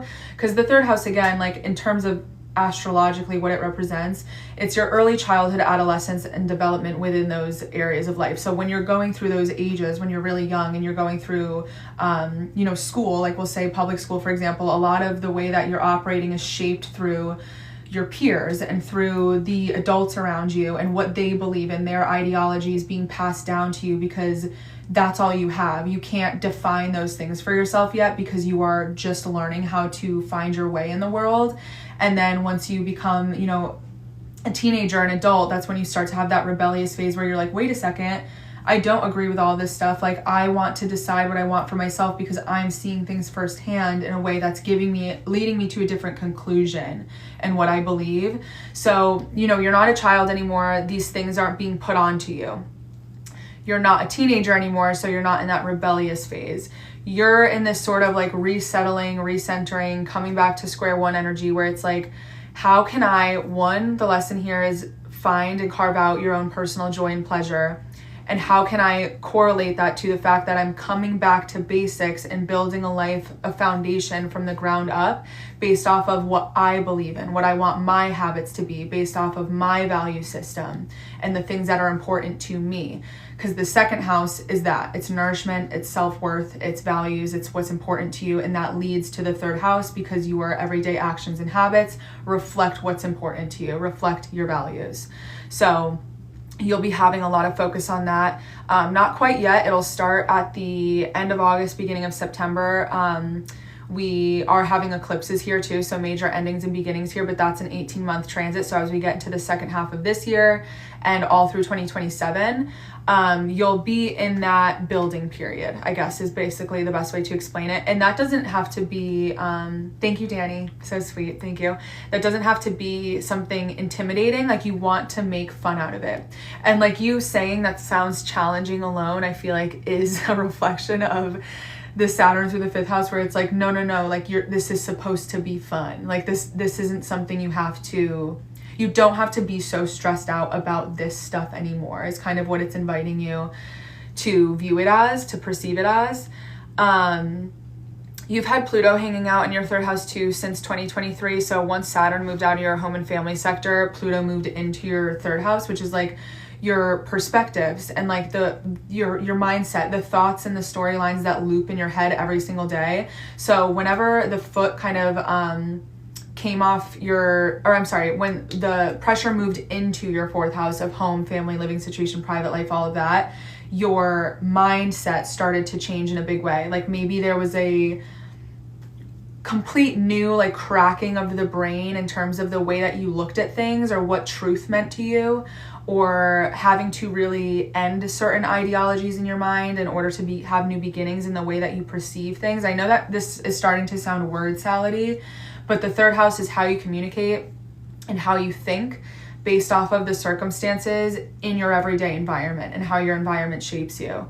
So it's interesting to me that when you had Saturn, a difficult planet, pull you into this like cold cave of your home and family for 3 years, Pluto simultaneously was like having you crack down in terms of seeing the truth of things in your brain, in your mindset, and in the way that you communicate with other people. Oh my God, I'm glad you thought of me today. How funny. So the romantic thing, yeah, so I just finished this transit, like I said. People, and especially people that just started this transit, like other Sagittarius risings or other people that have Aries ruling their 5th house, are like, oh my God, the next 3 years are gonna suck. Like it's gonna be a dry spell. It can be a romantic dry spell or even like a sexual dry spell, but that's not to say, like it doesn't mean, that doesn't equate to like you're not finding happiness or love. It's saying either there might be other stuff that's taking more of your attention. It might say that romance can't fit in right now. Or if we're still like including romance as an option, you might date someone older than you. You might date someone who's more experienced or established than you. You might date someone who brings you some life lessons. Like Saturn rules all these things as well. It could be that you meet someone this year and maybe you don't date them now, but they're in your life for the next 17 years and you end up having a serious relationship with them. Like Saturn rules the test of time. It's very slow. It's patient, it's disciplined, and it's responsible. So you'll likely find that there's themes of romance and joy and pleasure that come up on your path, but that they're not this frivolous, fleeting, like someone that you're hooking up with and then you only speak to them for 4 months and they like, go away. This is likely something where whoever comes onto your path romantically now is a very big lesson, or there's someone who sticks around for a while, even if that's just like in your head. It's someone that can kind of have all the things that you want for yourself and they help pull you up in life. Saturn often reflects older people. I mean, it could be. It very much could be a husband. Like, I don't want to say black and white, yes or no to anything. You'll have Saturn conjoin actually literally this month, your natal sun and Venus. So, and I don't think it's going to retrograde over it. Saturn conjunct your Venus is actually, can sometimes reflect some, yes, financial issues or difficulties, like just a little bit of a rough spot. It can sometimes show some tension with your close relationships or friendships, maybe like a female friend, with a romantic partner, some tension. But Saturn isn't always bad. Sometimes, again, it does introduce like something very serious unexpectedly, where you might be like, oh, I want to be in a relationship. And then someone shows up and you're like, oh my God, I wasn't ready for it to be like a serious one. Like I wasn't ready to be swept off my feet. My friend's actually having a transit like that too. She was very, very scared because she's having her Saturn return in her relationship sector. And we were like, oh my God, is this going to be something bad? Is this going to be something like karmic, whatever? And she like very recently unexpectedly met someone who is bringing her so much joy and she wasn't even looking for a relationship. So it doesn't have to be a bad thing with Saturn all the time. It's just a serious thing. And as long as you're not someone who is like messy or manipulative or cutting corners or, playing the wrong cards very obviously romantically, this is less likely to bring you consequences and more likely to bring you things that require work, effort, and respect within them, which in and of itself can be intimidating even though it's a good thing. So I wouldn't lose sleep over it. I'm going to tell you though that it is going to conjoin your sun and your Venus, like I'm pretty sure like this month, which can be rough. I'm not gonna lie to you, but it's short-lived. At the very most, you'll probably feel it for like 2 weeks maybe. Oh wait, you might have, let me see. Damn, what degree is Saturn at right now? I should know this, I'm the astrologer. I haven't really been on TikTok the last year or so. I want to. I'm so bad at staying consistent on here. And I don't know why, because it's not like it's difficult, literally at all. I just, I guess I'm a perfectionist with like posting stuff sometimes. Okay, you're having, actually Saturn is conjunct your sun and Venus literally right now as we speak. So if you're doing okay, that's better than most because usually Saturn conjunct the sun or Venus, especially at the same time, can be a really difficult period because, like, speaking of the Selena Haley Justin thing, that was one of the transits she was having. When you have Saturn come into contact with your sun, it's your identity, it's your career, it's your livelihood, your personal brand, your ego. So Saturn kind of knocking down on your sun can feel like you're like most hated. It can feel like you are public enemy number one. It can feel like either life is bogging you down or your physical body is being affected or everyone just hates you this week. Like that's truly what it can feel like, especially in a conjunction to your Venus. That's your comfort, it's beauty, it's finances, it's money. Things that should typically be easy flowing might just get a little tight. Okay, wait, funny. I mean, not funny. Saturn rules teeth, so maybe that's part of it. But if you're like kind of down and out right now, like if you're physically uncomfortable or you're taking time off of work or you're just bored, if that's the result of this transit for you, wipe your hands clean and be grateful, because sometimes this like literally knocks people out. I'm sorry that you're having a wisdom teeth surgery. That's not fun. It's not celebratory, but that's how Saturn works. Like you have to be uncomfortable to not deal with pain later. You have to make the tough decisions now to have the delayed gratification later. But that is like really what's going on for you right now. You have a very crowded 5th house right now. So again, things around joy, pleasure, figuring out what you want. At the very worst too, Saturn and Neptune here can be that you so badly want something, like you want to want something and you can't quite put your finger on what you even want. So then it's difficult to like make decisions in navigation because you're like, I don't really know if I want to do this. I think I maybe want to do this.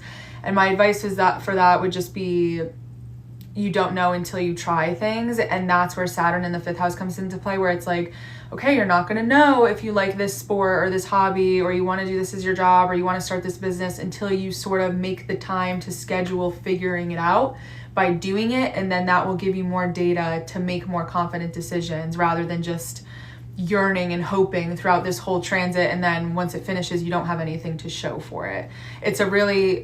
You have a good 3-year window of an experimental period of figuring out who you are, what you like and what you want, solely because you want it and not because it was, expected of you. You were told to do that. It's a social expectation, things like that.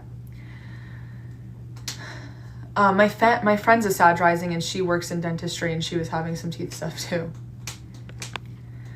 Not Sag. Saturn is teeth, it's skin. It's things getting old, dried out, withering away, skinty.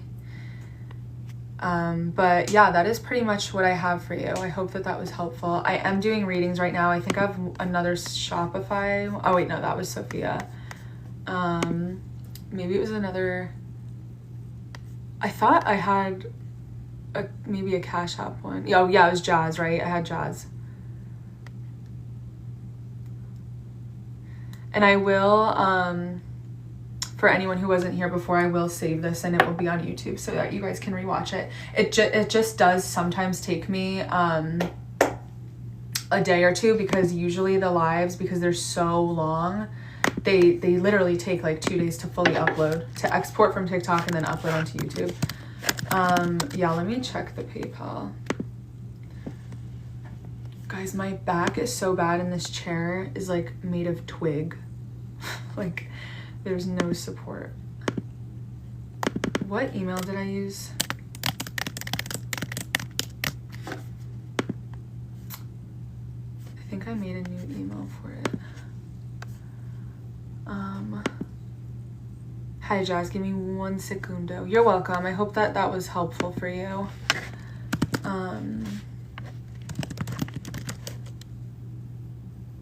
Is it the...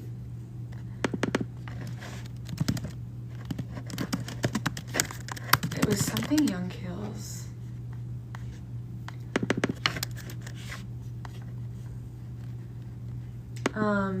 Guys, the thing is, I don't think I can pull it up on here because it's on my phone. Like, this laptop isn't... Hold on, let me see. What the hell was it?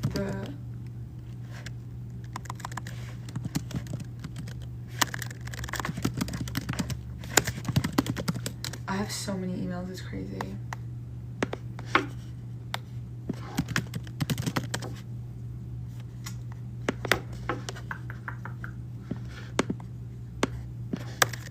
You know what I'll do? Because I might come on later tonight.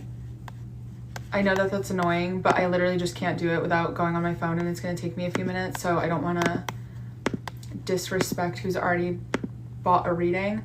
But I will check afterwards, and then when I come back on here later, oh my god, what a compliment. Thank you for saying that. I will tell you guys what the account is, if it's even working. Like, I don't even know if it is working. They're $85. You can do Cash App or Shopify, but Cash App seems to be the easier way because I can't even like access Shopify on here, which is so annoying. I need to get my laptop fixed. Oh my gosh, where are you that it's 11 p.m.? I'll probably be on here the rest of the week, TBH, because every time I do this, I'm like, why am I not doing this all the time? Like, it's easy flowing for me. I enjoy doing it. I know you guys like when I come on here. Germany. Oh, okay, I see. Okay, I will get that figured out today. And the reason I'm not more progressive about it is because I'm pretty sure it's not working, just to be clear. If I was confident that it was working, I would figure it out for you right now, but I think there was an issue with it. Hi Jess, hi Melanie. I'm not doing astrocartography now, but maybe I'll do that later. I don't have Venmo. I have Cash App, I have Zelle. And I'm sorry, Jazz, for keeping you waiting. Let's get to your...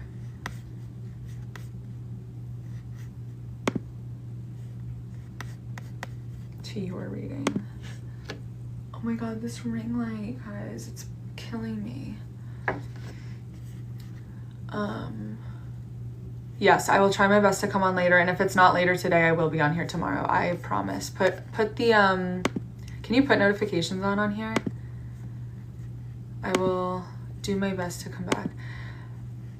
Jazz, please forgive me. Can you send your information again? Because I lost it in the chat here.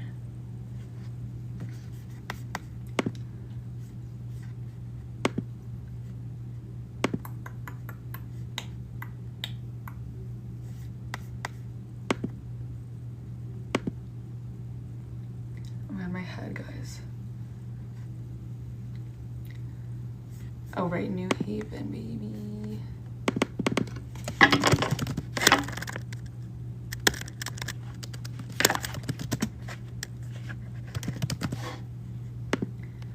June 25th.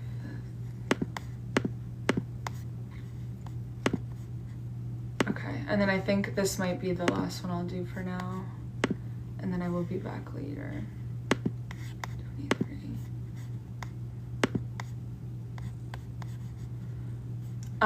My favorite books, oh, I wish I was still in my office because it was so easy to like pull them out for you guys.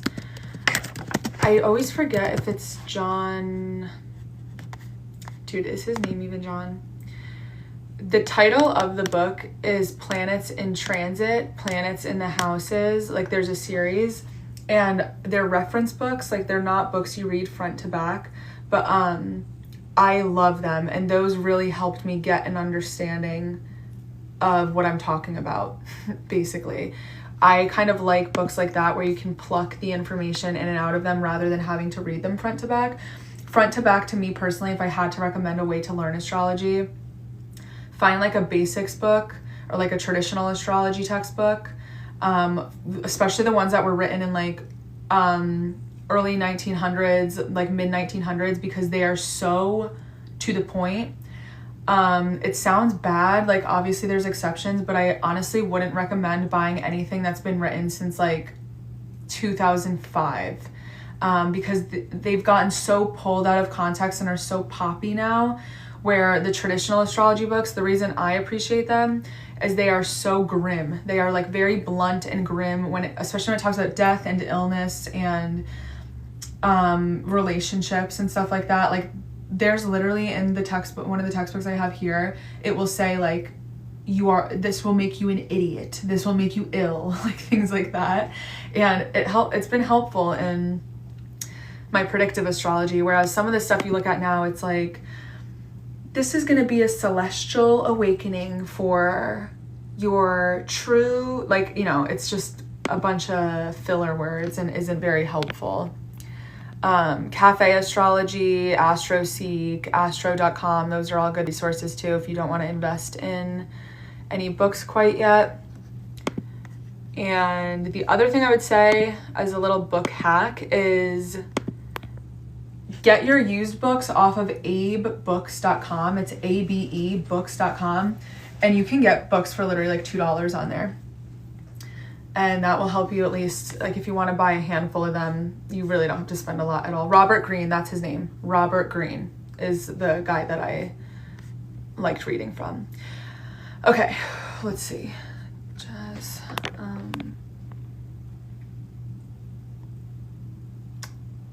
June 25th. I'm always paranoid that I put in the wrong date somehow. 9:23 p.m. You're welcome. I hope that that's helpful for you. Okay, Jazz. Thank you. Thank you, thank you, thank you. You are a Capricorn rising. My mom's a Cap rising. You're finishing up a relationship transit. So Jupiter in your relationship sector that began last year. The reason I'm mentioning it is because it's directly conjunct your natal descendant right now. So your closest relationships, as well as your Mercury. So that's the planet of speaking, talking, writing, using your voice, communication, ideas, what's going through your head, how you communicate with people. Jupiter, when it conjoins, so you natally have Mercury on your descendant. That's going to be across the board for your entire lifetime. But Jupiter in a conjunction to your descendant is expanding your closest relationships, the people closest to you in your life, regardless of the nature of the relationship. And then Jupiter conjunct Mercury as its own standalone transit is expanding your thoughts, your ideas, your communication style, and sometimes traveling, because Mercury is like short-term travel or vacationing or short trips, and Jupiter is long-term traveling, foreign matters, cultural things. So it expands those themes, but it can be that you're studying, you're back in school, there's something where you're learning a lot of spiritual or philosophical sort of perspectives based on your closest relationships. In terms of you maybe, yes, been meeting so many new people, it really expands. So yeah, meeting people from other places or through travel or different locations of different religions, of different cultures that speak different languages, things like that, really expanding your, what's the word I'm looking for? The variety of people that you are in association with and building closer relationships with them, as well as gaining a lot of wisdom from those people. Sometimes too, people get like a new therapist or they start working with a teacher or a mentor. Oftentimes this can be long distance relationships. So maybe you met someone online, maybe you are dating someone in the military, maybe you are with someone who has to travel a lot for work, or you have to travel to them, or there's a time difference of some sort. Hi Katie. Oh my God, I miss you. I have to catch up with you. But really expanding your relationship sector. And then as we get into this summer and for the next year, so into next summer, it's going to move into your 8th house, which has a lot to do with merging intimacy with your close relationships. So sometimes this is marriage, sometimes it's engagement, sometimes it's moving in, sometimes it's getting access to their resources and money, or they get access to yours. It's paying for things, it's sharing things, it's going in on a property together, it's having a child together, it's alimony, it's, even if you have like child support or something with somebody else, it kind of talks about all of those financial and intimate tethers to other people and their resources, what comes with them, as well as their accessibility to yours. So that'll be expanding over the next year. And that can also just take you a lot deeper into intimacy with your close relationships. But in terms of you saying you feel scary, so similarly to the last person, you are being handed the baton of what they just finished, and you're having Saturn and Neptune having just recently entered your 4th house. So the 4th house is one of those very intimate sectors. It's your home, your family, your living situation, your private life, what goes on behind closed doors, your emotional foundation, who you are based off of your childhood, the way that you were raised, your deeper fears, deeper emotional needs, all of that. So when you have Saturn come in here, Saturn is a very cold, militant, serious, business-only planet. And it's kind of like having it's like having a cop come into your home and start scoping it out. Like it's bringing like this narc energy into what's supposed to be your most comfortable safe haven. So it can feel like you are experiencing something invasive, whether that's due to the fact that in your actual home circumstances, maybe there is someone intruding or imposing upon you, someone staying with you. Maybe there's actual tangible things with the house that are making you uncomfortable, like the lock is broken, or there's a leak in your house, or it's super hot in there. There can be something around like your physical environment, whether that's the literal house or the metaphorical meaning of home and comfortability, being almost having the warmth removed out of it. And Saturn teaches us through, you have salon suites and the tenants. Okay. So yeah, that makes sense. Property that you own too, something that feels like home. Saturn moving into here, Saturn teaches us things through stripping away comfort and accessibility. So, worst case scenario, sometimes people have Saturn move in here and then their housing is at risk. Like they have to go somewhere else. They have to leave their home. They get evicted or something like that. They get kicked out. They run away. In other cases, it can be that the physical property is fine, but emotionally, mentally, what's going on in terms of your deeper anchoring emotional foundation is getting interrupted with this coldness due to the fact that there's a circumstance or a new a new feeling that is sucking the warmth and the comfort out of what should typically be like free flowing energy and putting a hard stop to it. Yeah, that's exactly what it is. And like, I don't like saying that stuff because I don't like scaring people, but if it's something you're already going through, then I hope that it's validating to you. It can be very lonely. It can be depressing. Saturn rules like poverty, literally and metaphorically, poverty of like resources, but poverty of the heart as well. It makes me think of, is it the 5 of Cups in tarot? Is that what I'm thinking of? I have not done tarot in so long. But the card of like the mother and the child, like outside of the building, and it's supposed to be reflecting that, they have like knapsacks. It's supposed to be reflecting that they're going without. It's despair to some degree. So Saturn, like I said, I dealt with this a few years ago, and I had to move back home. So that was uncomfortable period. And then the relationship with my family was awful. And then it made me reflect on my childhood. That was really awful and difficult to deal with. And it made me very angry and upset. And then I self-isolated. I got really depressed. I didn't want to hang out with anyone, but I was also so unhappy that my life was seemingly so boring and bad all of a sudden. And it made me very depressed. That's really just truly how it went for me. And then towards the end of the transit, funnily enough, I got my own office, which became like a home for me. My, emotional situation with my parent got easier because she left the home. So my living circumstance changed, and then I literally moved out at the end of it, and I moved to Florida.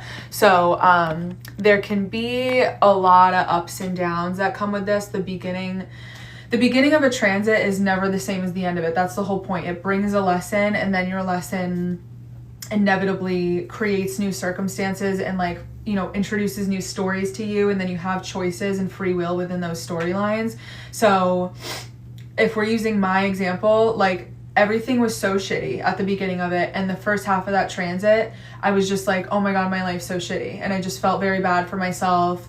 But not bad enough to do something about it. Like it was like I'm sick and tired, but not sick and tired of being sick and tired enough to be uncomfortable. And that's what Saturn does. It puts so much pressure on you to where you no longer have a choice. Like he puts his foot on your neck until you truly, truly cannot breathe anymore. And it kind of, especially in the 4th house, like visually the 4th house is the anchor, the bottom of the chart. So it literally pulls you to rock bottom so that you do something about it.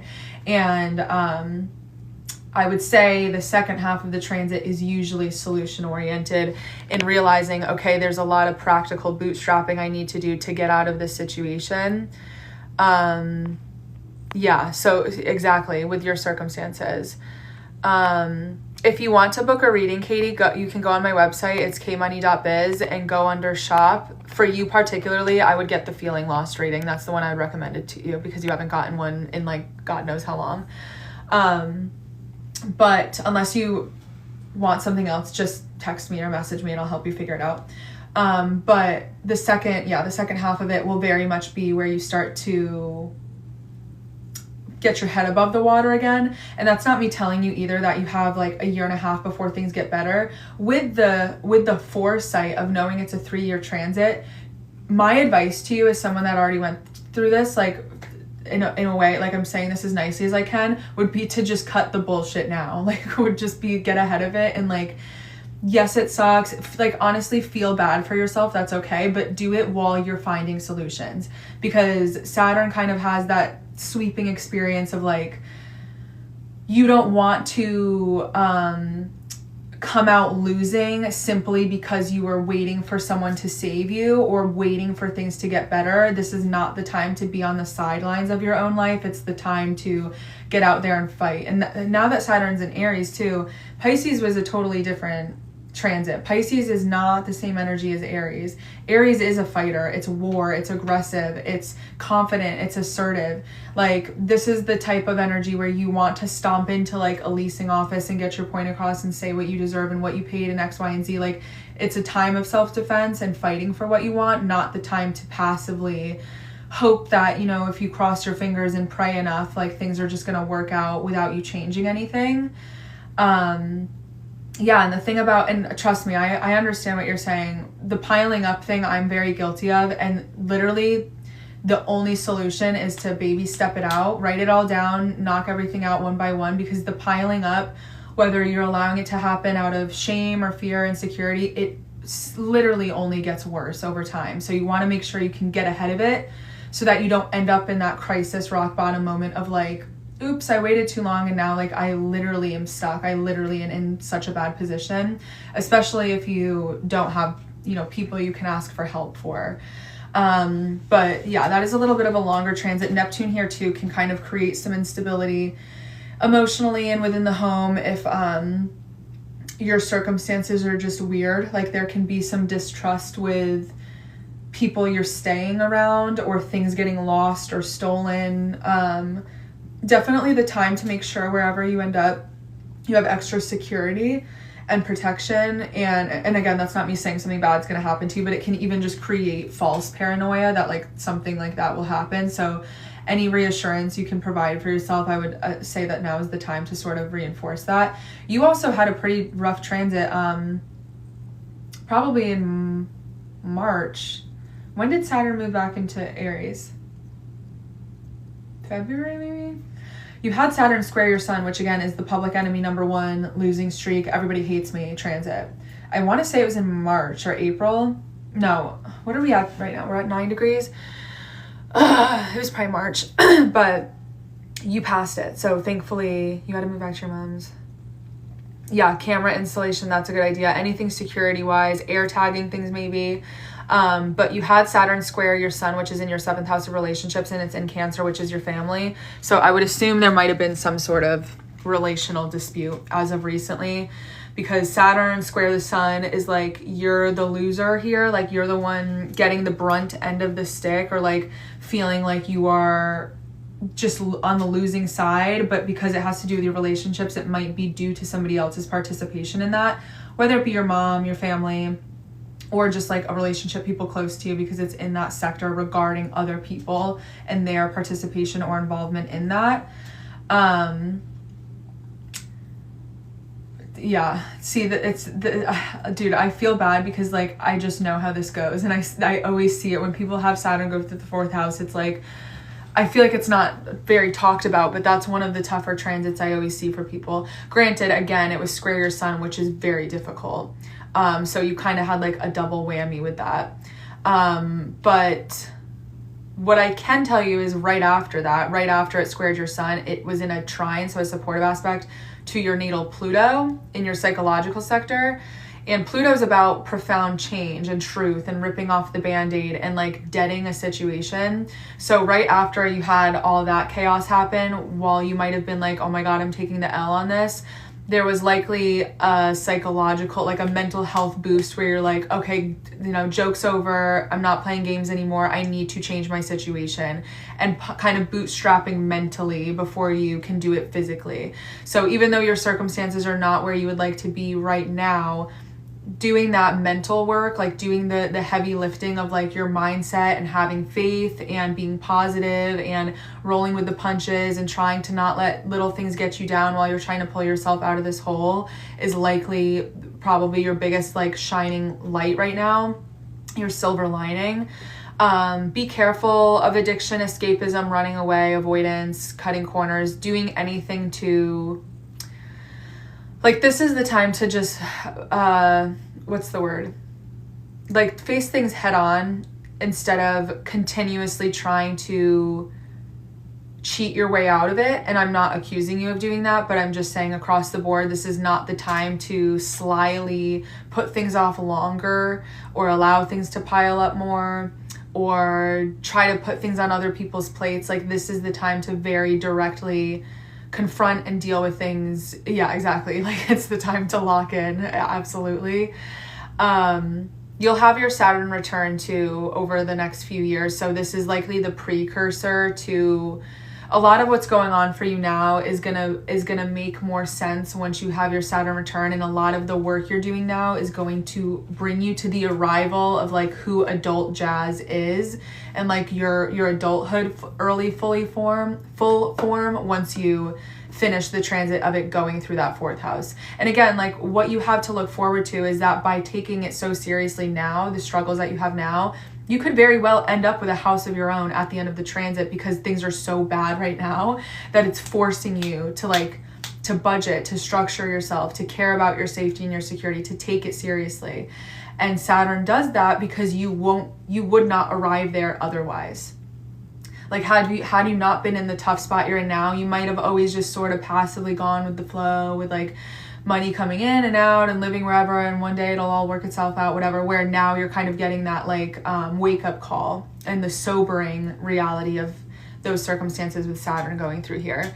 Uranus also just moved into your 6th house, and it's conjunct your natal Venus too, not quite yet, but it will be over the span of the next month for sure. So 2 very big things going on. Uranus moving into your 6th house brings a very unpredictable change with your employment, your work, what you do in terms of your everyday efforts. So it is things that again can be boring and tedious. This is like doctor's appointments, taking care of yourself, your diet, all of the things that we have to do to be like a well-oiled machine of an adult. So there could be an unexpected shift here with leaving a job, getting a new job, going into a totally new industry, having a falling out with an authority figure or a coworker, juggling jobs that maybe have nothing to do with one another, or starting to engage with employment that is like maybe so random but is helping you get by. So like maybe you're in, we'll say, I don't know, like maybe you have a suite in your building, esthetician, but I want to do something. Yeah, like this sometimes steers people in a totally new direction. But with the combination of it being conjunct your natal Venus, Venus is also your finances. It can be a romantic relationship, so I'll touch on that in a second. But with your finances, this is usually your income or your job, the money that you get from work, coming from a totally new source, or unexpectedly making a lot of money, or having to pay like a large unexpected fee or tax of some sort. If you don't, okay, so the 6th house is primarily being of service to others. Like it's very much service industry, regardless of what that looks like, because it's the efforts that you do for other people. So with it also ruling employment, if you wanted to totally switch industries, honestly, like throughout the entirety of May and then into June, you might very well have a totally new income source, because Uranus shaking the table of Venus is like, I keep repeating myself, but it completely pivots the direction of where money's coming in versus where it's going out. And that's in Gemini. Gemini is education, it's teaching, it's also the internet, it's social media, it's things that are very innovative, it's communication, it's youth, it's children, it's skill sets, it's hobbies, it's things that are technological. it's gaming, it's comedy, like it's all of the fun little moving parts of society, as well as it's like management and connecting the dots. Like think of assistants and managers and people that work in tech, people that are kind of connecting all of the lines that bring society together. All of those, it makes me think, when I think of Uranus and Gemini, it makes me think of like very fast paced, like New York City, people running around, places to be, people to see, things to do sort of energy. So even if you don't entirely leave your current job, you might start juggling like something that has nothing to do with what you do now at all. And that can essentially, like, over time be what you segue to. But Uranus is usually, this is so random, this is out of left field, I guess we're doing this now. Be careful with your health too. Sometimes this can be a health shock, which doesn't, again, even have to be bad, but there just might be something shocking, unpredictable, unexpected. With the conjunction to your natal Venus to being romantic relationships, if you're in one, this can sometimes indicate a breakup or a shakeup of some sort, or unexpectedly meeting somebody. You might meet someone romantically randomly through work or through employment, through even like at the gym, like the 6th house is the gym, through the vet, like things having to do with pets, through your everyday, you know, running errands, things like that. If you're looking, like if there's something that you have starting capital for, or something that you can do online selling, live selling, things like that are very Uranus and Gemini, because it's the innovation of sales, utilizing technology and social media. Like that is a very black and white manifestation of Uranus and Gemini. So that might be something worth exploring if you're interested in that, if you already have a predisposed interest in that. But yeah, I think that that's the main thing. You're going to have through middle of May, your nodal reversal, which is something that everyone has around 27, 28 years old. It's like a precursor to your Saturn return, and it kind of flips your life upside down. It very much reroutes you into a path that you weren't expecting. It's a coming of age transit where you're like, okay, yeah, everything I planned and wanted for myself is not here. I guess I'm gonna have to go in a totally new direction. And that's just the growing pains of like the pre-Saturn return, and then the Saturn return is like your passageway into like actual adulthood, into your early 30s. But usually this age is where people's lives do flip upside down, for better or for worse. And people, like, honestly, this is where a lot of people are so over for like the first 6 months, and then they're so back the next 6 months. Like, again, this concept of having to hit rock bottom before you're able to soar up. But in that exploration of rock bottom, you can only go up, and that's why people usually have a big surge of success, because they have the high pressure, they have the hustle mentality, they don't have anything to lose, and that therefore they like authentically find this thing that ends up pulling them out of it very successfully. I do the reading for the $85 one. Yes, those are the live ones that I'm doing. I might take a break right now and come back on, just because I'm not, like, I sound so dramatic, but sometimes when I sit in front of this ring light, it like gives me a migraine. I don't know why I'm so sensitive to them, whether it's like the tiny one or the big one. But I will probably be back on later today to do a few more, so I can just like eat and rest. I don't know exactly what time yet, because it's already 5. I'll probably come on a little later before bed. But Jazz, I hope that was helpful for you. That's like the main stuff that you have going on. Jupiter too is also going to conjoin your natal moon, which, by the way, is a pregnancy transit, just so you're aware. It's in your relationship sector. It'll be moving into that 8th house of shared investments, and that's going to be at the very, very end of June, the last week of June. So with that, you might start to you might have a very like a successful outcome with your living situation, because Jupiter is a benefic planet, meaning it's good luck, it's good fortune, it wants you to grow, it wants to provide you opportunity. And having that cross over your moon is your living situation, it's your property, it's your home, it's your family, it's your mom. So at the very least, stuff with mom might get easier, your living situation might get easier, you might have a stroke of luck or have something like unexpectedly work out with your living situation. So have an optimistic mindset, apply to things, look where you want, like act like you're going to move tomorrow, be in the mindset of things are working out, because it looks like you actually do have a pretty positive short squeeze of energy once you get towards the very end of June. and it's going to be in a square to your natal Saturn too. Sometimes legal things come up with that. I don't know if that's relevant to you there, but where you are likely the beneficiary of that because you're Jupiter here. That's something that's going to help expand your limitations rather than vice versa. Then perfect.